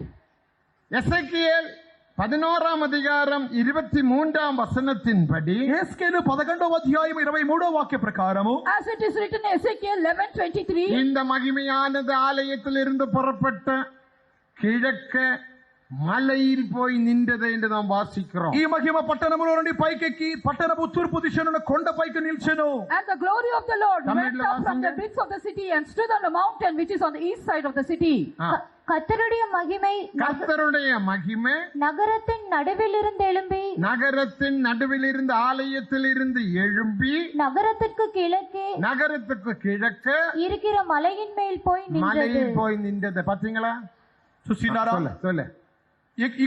ఇక మహిమ అన్నది అది పట్టణంలో నుండి పైకెక్కి పట్టణపు తూర్పు దిశను కొండపైగా నిల్చెను. The glory of the Lord went up from the midst of the city and stood upon the mountain which is on the east side of the city. எரேமியா 52 அதிகாரத்தில் வரும்போது ఇర్మియా 52వ అధ్యాయంకి When వచ్చుచున్నప్పుడు we come to Jeremiah 52, இந்த மகிமை போய்விட்டது. ఇక మహిమ వెళ్ళిపోయినది. and the glory left them. எரேமியா சொன்னார், ஜனங்களே பாவம் செய்யாதே. ఇర్మియా చెప్పినాడు, జనులారా పాపము చేయకుడి. Jeremiah said, oh people, don't commit sin.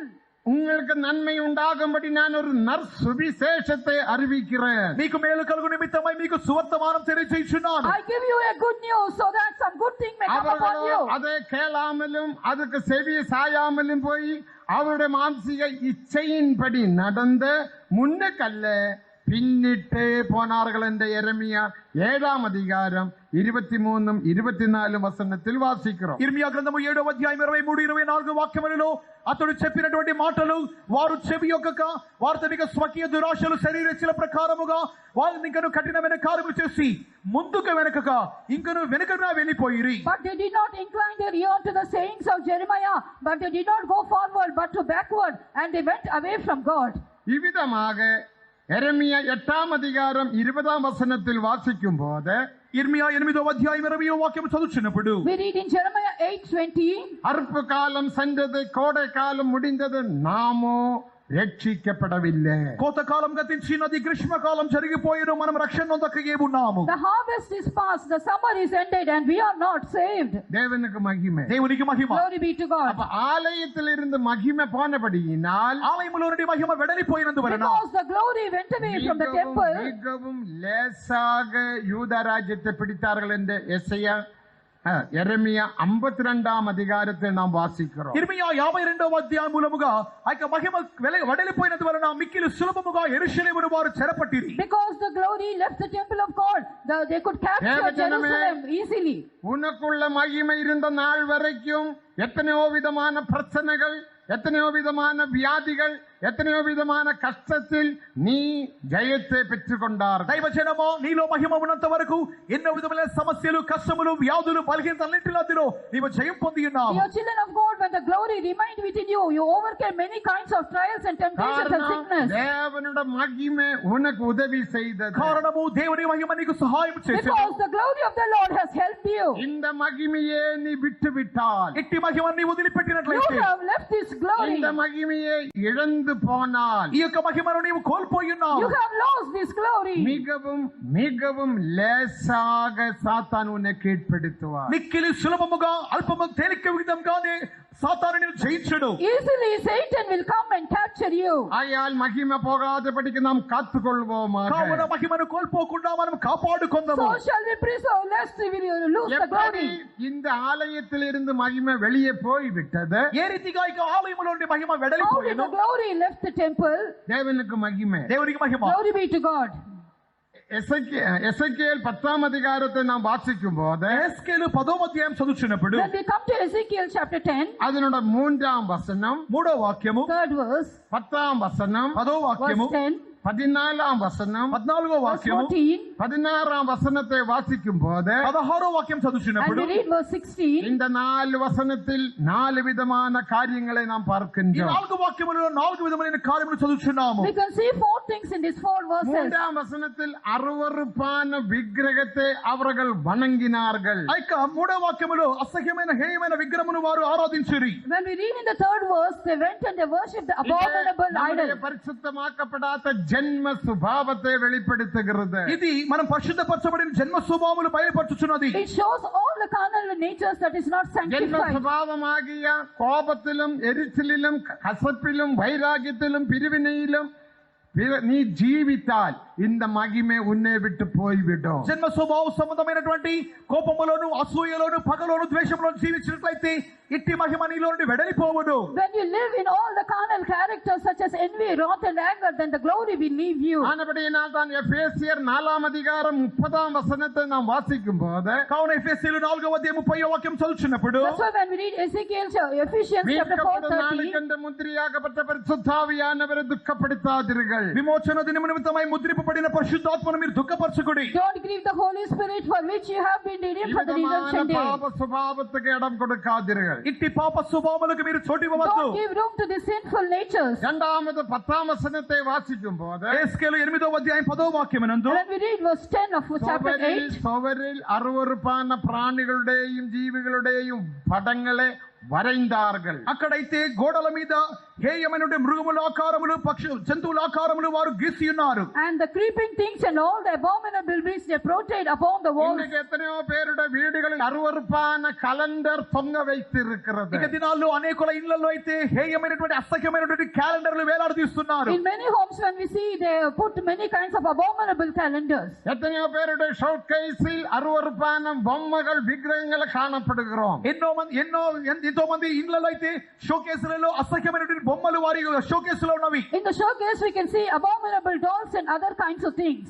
அது நீ சொல்லலாம், அது சும்மா ஒரு பொருள் பாஸ்டர். మీరు చెప్పవచ్చును, పాస్టర్ గారు అది ఊరికనే ఒక వస్తువే You కదా. can say, Pastor, it is a அது very ஒரு small thing. பொருள், மயில் பாஸ்டர், மயில் పాస్టర్ అది ఒక నెమలి, ఒక బొమ్మ. It is just like a peacock. Pastor, அது ஒரு குரங்கு. పాస్టర్ అది ఒక కోతి. Just it is like a monkey. இப்படிப்பட்டதான பொருட்கள் அழகுக்காக ஷோகேஸில் நீங்கள் வைத்திருக்கிறீர்களா? ఇటువంటి అందము నిమిత్తమై మీకు షోకేసుల వస్తువులు ఉంచి ఉన్నారా? Have you kept all such things in your showcase to decorate இந்த it? பொருளில் பிசாசு வந்து உட்கார்ந்து உண்ட வீட்டுக்கு விரோதமாக கிரியை செய்வான். ఇట్టి వస్తువులలో అపవాది వచ్చి కూర్చొని మీ ఇంటికి విరోధముగా వాడు క్రియ చేయును. Satan will come and sit in such things and work against your உன் house. சமாதானத்தை கெடுக்கும். నీ సమాధానము He will చెడిపోవును. destroy your peace. மனைவிக்கும் புருஷனுக்கும் இடையில் எந்த விதமான பிரச்சனை இல்லாத மனைவிகள் புருஷனுக்கு இடையில் பிரச்சனைகள் வந்து விடும். అంతవరకు ఎటువంటి కొట్లాటలు లేని భార్యాభర్తల మీద జగడములు కలుగును. There will be no problems between husband and wife, but he will cause some problems and quarrels. இப்படிப்பட்டதான விக்கிரகங்களில் காணப்படுகிறது. காணப்படுகிறது. కావున అటువంటి దుష్టాత్మలు ఇటువంటి విగ్రహములలో బొమ్మల్లో కనబడుచున్నది. Such evil spirits are there in such dolls. எல்லாத்துக்கும் வசனம் ஒன்று எடுக்க நேரம் இல்ல. అన్నిటికీ వాక్యములు కలుగుతానికి సమయం లేదు. Everything we have scriptural references, no time to take. மூன்றாவது திமோஸ் என்றதான ஒரு விக்கிரகம். అక్కడ తమ్మూస్ అనే విగ్రహం. தம்மோஸ். And the third thing we can see about the idol Tammuz. జీవితத்தில் பழக்க வழக்கங்களை வெளிப்படுத்துகிறது. అదే మనకి జీవితంలోని అలవాటు వ్యవహారములు It చూపుచున్నది. shows all the habits that are in our life. Hindu మార్గத்திலிருந்து வந்தவருக்கு பல பழக்கங்கள் இருந்திருக்கலாம். హైందవ మార్గంలో ఉన్నప్పుడు పలువురు అలవాట్లు మనకు ఉండవచ్చును. Those who have come from Hinduism may have many habits. தீபாவளிக்கு நாம் முறுக்கு வாங்கி சாப்பிட்டு இருக்கலாம், செய்திருக்கலாம். దీపావళికి మనం మురుకు కొనుక్కొని చేసి ఉండవచ్చును, తిని ఉండవచ్చును. In Deepavali also you might have eaten and taken such things. இப்போது தீபாவளிக்கு நீ முறுக்கு செய்தால், ఇప్పుడు కూడా దీపావళికి నీవు మురుకు చేసుకుని If you తింటున్నావంటే, prepare murukku in Deepavali days, கிறிஸ்துமஸுக்கு நீ கேக் வாங்கி சாப்பிட்டால், క్రిస్మస్ కు నీవు కేక్ కొనుక్కొని if you తింటున్నావంటే take cake on Christmas Day, அதுதான் திமோஸ்.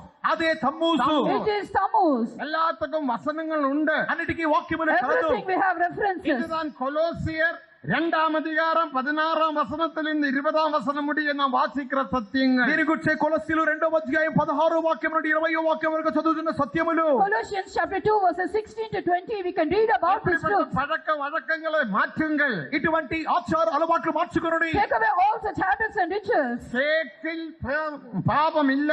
కేకులో పాపము లేదు. There is no sin in the cake. முறுக்கில் பாவம் இல்ல. చెక్కిలాలలో పాపము There is లేదు. no sin in murku. குறிக்கப்பட்ட நாளில் நீ அது செய்தால் அது தேவனுக்கு விரோதமான பாவம் என்று எரேமியா 7ஆம் அதிகாரம் 18ஆம் வசனத்தில் வாசிக்கிறோம். ఇర్మియా 7వ అధ్యాయం 18వ వాక్యములో గుర్తింపబడిన ఆ దినము కొరకు నీవు చేసి తిన్నట్లయితే అందులో పాపము కలదని చదువుచున్నాము. In Jeremiah 7:18 we read that on a specific day if you do all these தயவுசெய்து it is a sin. எடுத்து வீடுகளை போய் வாசியுங்கள். దయచేసి మీరు వాక్యమును రాసి పెట్టుకొని ఇంటికి మీరు బాగా చదువుకోనండి. You write these verses, go home and read it. எனக்கா மனவடிவு உண்டாக்குகிறது. నాకా ఒక హృదయ వేదన కలుగుచున్నది. And there is a agony in my heart. கல்லவா மனவடிவு உண்டாகிறது. మీకు కదా మీకు మనసులో ఒక వేదన కలుగుచున్నది. It is for you the agony and அவருடைய pain. பிள்ளைகள் விறகு பருக்கிறார்கள். వారి యొక్క పిల్లలైతే కట్టెలేరు కొనుచున్నారు. And the children gather wood. அவருடைய புருஷர்கள் நெருப்பு மூட்டுகிறார்கள். తండ్రులు అగ్ని And రాజబెట్టుచున్నారు. the fathers kindle the fire. அவருடைய ஸ்திரீகள் மாவு பிசைகிறார்கள். స్త్రీలు పిండి పిసుకుచున్నారు. And the women knead their dough. எதுக்காக? ఎందుకొరకు? For what? முறுக்கு செய்யறது. முறுக்கு మురుకు To చేసుకోవడానికి. make cakes of it. தேவனுக்கு மகிமை. దేవునికి మహిమ. Glory be to God. குறிக்கப்பட்ட நாளில் நீ பாபம் செய்தால் இது தேவனுக்கல்ல வான ராணிக்கு நீ செய்கிறாய் என்று வேதத்தில் தெளிவாக வாசிக்கிறோம். గుర్తింపబడిన దినమందు ఇటువంటి పిండి వంటలు చేసుకొని వచ్చినట్లయితే అది దేవునికి కాదు గాని ఆకాశరాణి దేవత గాని ఇర్మియా 7వ అధ్యాయం 18 19 వాక్యములో తేటగా On a చూస్తున్నాం. specific day, if you do all these things, these cakes and all kinds of doves, you do for the Queen of Heaven. அது தெலுங்குல ఇర్మియా 7వ అధ్యాయం 18వ వాక్యంలో నాకు కోపం పుట్టించినట్లు ఆకాశరాణి దేవతకు పిండి వంటలు చేయవలని నీవు అన్య దేవతలకు పానార్పణములు పోయవలని పిల్లలు కట్టెలు ఏడ్చున్నారు. తండ్రులు అగ్ని రాజపెట్టుచున్నారు. స్త్రీలు పిండి పిసుకుచున్నారు. నాకే కోపం పుట్టించేంతగా వారు దాన్ని చేయించున్నారా? తమకి అవమానం కలిగినంతగా చేయించున్నారు కదా. ఇదే యెహోవా వాక్కు. மனவடிவு నాకు కోపం పుట్టించినంతగా చేయించున్నారా? And they may provoke me to anger. மனவடிவும் அதனால சாபமும் அதனால நஷ்டமும் உனக்கு வருகிறது. మీకు కదా మనోవేదనయు శాపమును నష్టమును కలుగుచున్నది. They provoke themselves, the curse will come upon them. கிறிஸ்துமஸுக்கு நாம் கேக் வாங்குறோம். అదే విధముగా క్రిస్మస్ అని చెప్పి కేక్ కొంటున్నాం. On Christmas we take cake. கேக்கில் பாவம் இல்ல. కేకులో పాపము లేదు. No sin in the cake. தயவு செய்து நீங்கள் கேக் வாங்கும்போது 25ஆம் தேதி அல்ல 23ஆம் தேதியாவது வாங்கும்போது எனக்கு ஒரு கேக் கொடுங்க.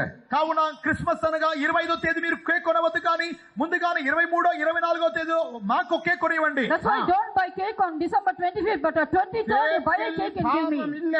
కేకులో పాపము No లేదు. sin in the cake. ஆனா 25ஆம் தேதி என்று சொல்லப்படுகிற நாளில் நீ கேக் வாங்கி சாப்பிட்டால் வான ராணிக்கு నీ బలి సెలుతుகிறாయి.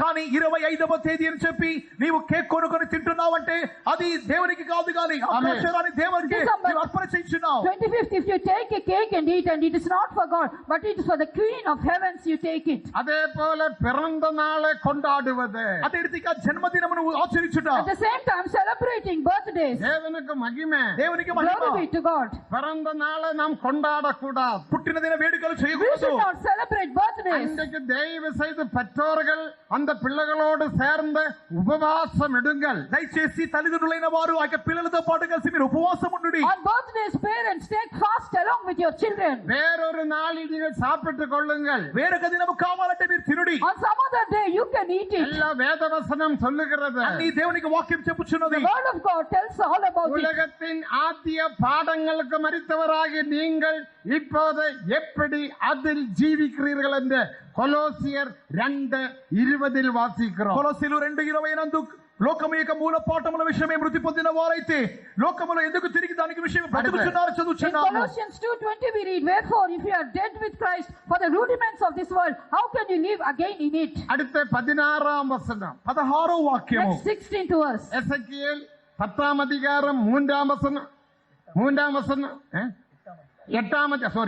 அதிகாரம் 3ஆம் வசனம் 10ஆம் வசனம் 14ஆம் வசனம். இப்போது 16ஆம் வசனத்தை வாசி. యేస్కేలు గ్రంథము 8వ అధ్యాయము 3వ వాక్యము 10వ వాక్యము 13వ వాక్యము ఇప్పుడు 16వ వాక్యము. Ezekiel chapter 8 verse 3 verse 10 verse 14 and now verse 16. 16ஆம் வசனத்தில் அவர்கள் 25 புருஷர்கள் முதுக தேவாலயத்துக்கு நேராகவும் சூரியனை பார்த்து வணங்கினார்கள். 16వ వాక్యమునందైతే 25 పురుషులు వారి యొక్క వీపులు యెహోవా ఆలయము తట్టు తిప్పబడి ఉండగా వారైతే సూర్యుని నమస్కరించి ఉన్నారు. In verse 16 we read 25 men, they turned their backs towards the temple of God and faces towards the east towards the sun. சூரியனை வணங்கினார்கள். సూర్యునికి నమస్కారం చేసి They ఉన్నారు. worship the sun. இது விக்கிரக ஆராதனை. ఇది It is విగ్రహారాధన. an idol worship. நாமும் கூட விக்கிரக ஆராதனை செய்கிறோம். మనము కూడా విగ్రహారాధన చేయుచున్నాం. We also do idol worship. ஆவிக்குரிய விதத்தில் 5 விதமான விக்கிரக ஆராதனை உண்டு. ఆత్మీయ రీతిగా 5 విధములైన విగ్రహారాధన కలదు. In the spiritual way we have 5 idol worship. அதனால் தான் 1 யோவான் 5ஆம் அதிகாரம் 21ஆம் வசனத்தை நாம் வாசிக்கும் போது అందుకొరకే మొదటి యోహాను 5వ అధ్యాయం 21వ వాక్యం చదువుచున్నప్పుడు 1 John chapter 5 verse 21. அன்பின் அப்போஸ்தலனாகிய யோவான் சொல்லுகிறார், ప్రేమ అపోస్తలుడు యోహాను చెప్పుచున్నాడు. Here the apostle of love, John says, பிள்ளைகளே விக்கிரகங்களுக்கு விலகி உங்களை காத்துக்கொள். చిన్న పిల్లలారా విగ్రహములు జోలికి పోకుండా జాగ్రత్తగా ఉండుడి. little children, keep yourselves from idols. பரிசுத்த யோவான் சொல்லுகிறார், పరిశుద్ధుడైన యోహాను చెప్పుచున్నాడు. Saint John says about it. பிள்ளைகளே விக்கிரகங்களுக்கு விலகி உன்னை காத்துக்கொள். చిన్న పిల్లలారా విగ్రహముల జోలికి పోకుండా జాగ్రత్తగా ఉండుడి. Little children, keep yourselves from idols. எழுத்தின்படி ஒரு கல்லை விக்கிரகமாக வைத்து நாம் வணங்க மாட்டோம். అక్షరానుసారముగా ఒక రాయిని విగ్రహముగా చేసుకొని మనం నమస్కరించుటలేదు. Literally, we will not take a stone and worship இன்றைக்கு it. உலகத்தார் வணங்குகிறது போல நாம் வணங்குறது இல்ல. ఇక దినాలు లోకస్తులు చేయుచున్న రీతిగా మనం చేయటలేదు.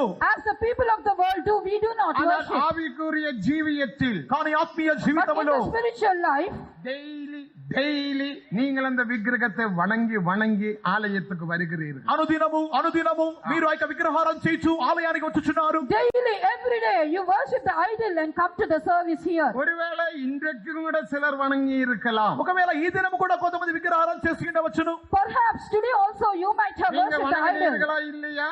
మీరు నమస్కరించినారా లేదా? Have you not bowed down before it? வேகமாக சொல்லி போகிறேன். నేను వేగముగా చెప్తున్నాను, I'm గమనించండి. telling in all this ஒரு speed. 5 நிமிடம் மட்டும். 5 నిమిషాలు. Only 5 more minutes. நாம் வணங்குற விக்கிரகம் என்ன? మనము నమస్కరించే విగ్రహం What ఏంటి? are the idols we worship? முதலாவது முதலிగా. 1 சாமுவேல் 15ஆம் அதிகாரம் 23ஆம் வசனத்தை வாசிக்கும் போது మొదటి సమూయేలు 15వ అధ్యాయం 23వ వాక్యమునందు 1 Samuel chapter 15 verse 23. தமிழ்ல வாசிங்க. ரெண்டகம் பண்ணுதல், ரெண்டகம் பண்ணுதல், பில்லி சூனிய சூன்ய பாவத்துக்கும் முரட்டாட்டம் பண்ணுதல், முரட்டாட்டம் பண்ணுவது, அவபக்திக்கும் அபபக்திக்கும், விக்கிரக ஆராதனைக்கும் விக்கிரக முரட்டாட்டம் சண்டைய போடுவது. మూర్ఖతగా நீங்க పరుచుట. மனைவி புருஷன் சண்டை போடுறீங்களா? భార్య భర్తలు కొట్లాడుచున్నారా? Husband and wife, do you quarrel? நான் நினைக்கிறேன் விஜயவாட சென்டர்கார் சண்டை போட மாட்டாங்க. నేను అనుకుంటున్నా విజయవాడ సెంటర్ లో ఎవరు భార్య భర్తలు కొట్లాడుంటున్నాను. I think that Vijayawada center, they will not quarrel ஆனா each other. சிலருடைய மனைவியோட தலையெல்லாம் கீழே போச்சு. కానీ కొంతమంది ఇక్కడ వారి భార్యల యొక్క తలలు కిందికి దిగాయి. Some now wives have put down their heads சண்டை down. போடுறீங்களா? కొట్లాడుతున్నారా?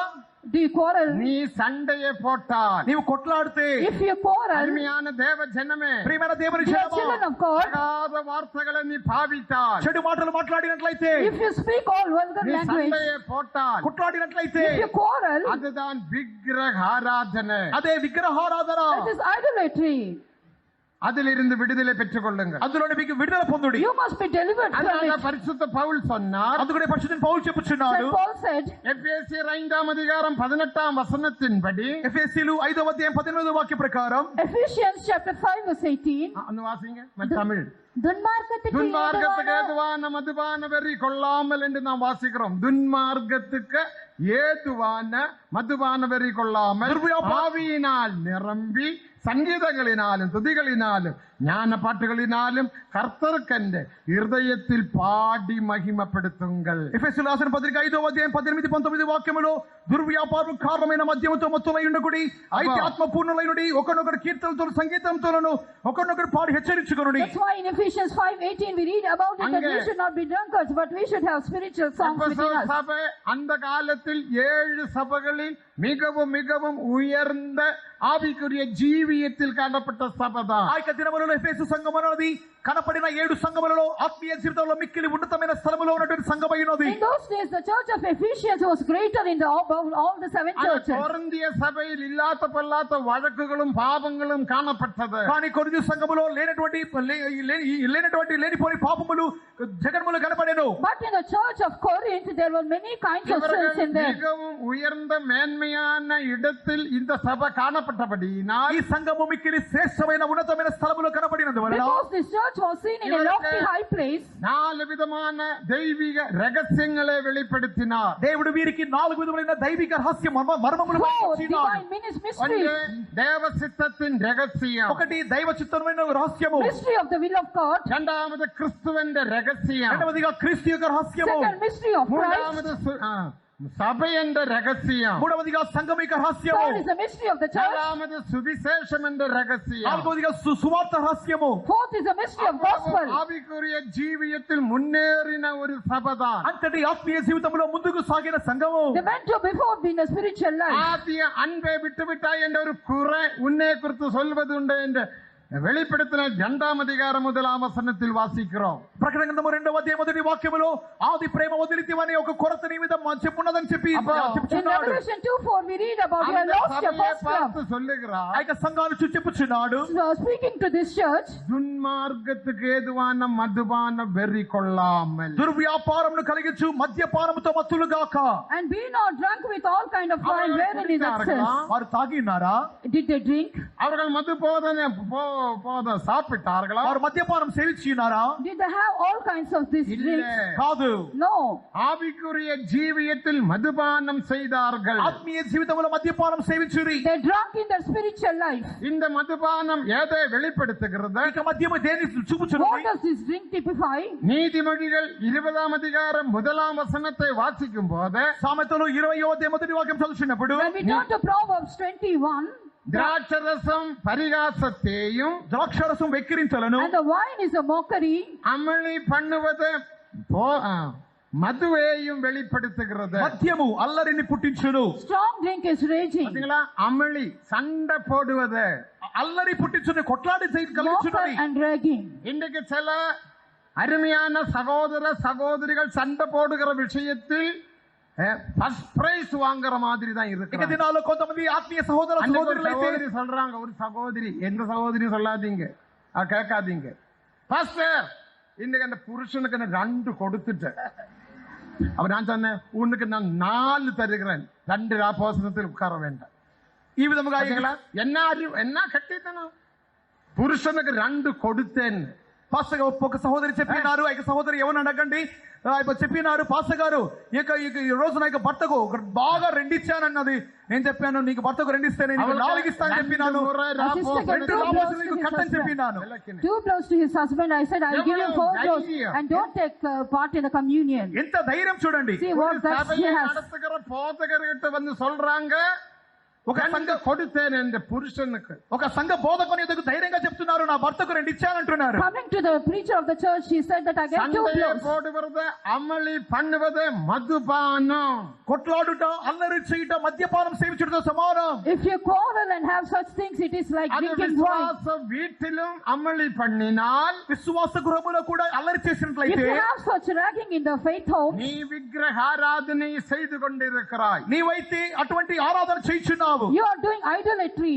அதுதான் முதலாவது விக்கிரகாராதனை. అదే మొదటి విగ్రహారాధన. This is the first idolatry. இரண்டாவது ஆராதனை எபேசியர் 5:5. ఎఫెసీయులు 5:5 నందు రెండవ The విగ్రహారాధన. second we read in Ephesians 5:5. பொருளாசை என்ற விக்கிரகாராதனை. లోభత్వం అనే వస్తువాపేక్ష అనే విగ్రహారాధన. Covetousness, that is idolatry. மூன்றாவது எசேக்கியேல் 33:31. యేస్కేలు 33:31 నందు Ezekiel 33:31. மாயமால ஜீவியம். వేషధారణతో కూడిన జీవితము. A life of hypocrisy.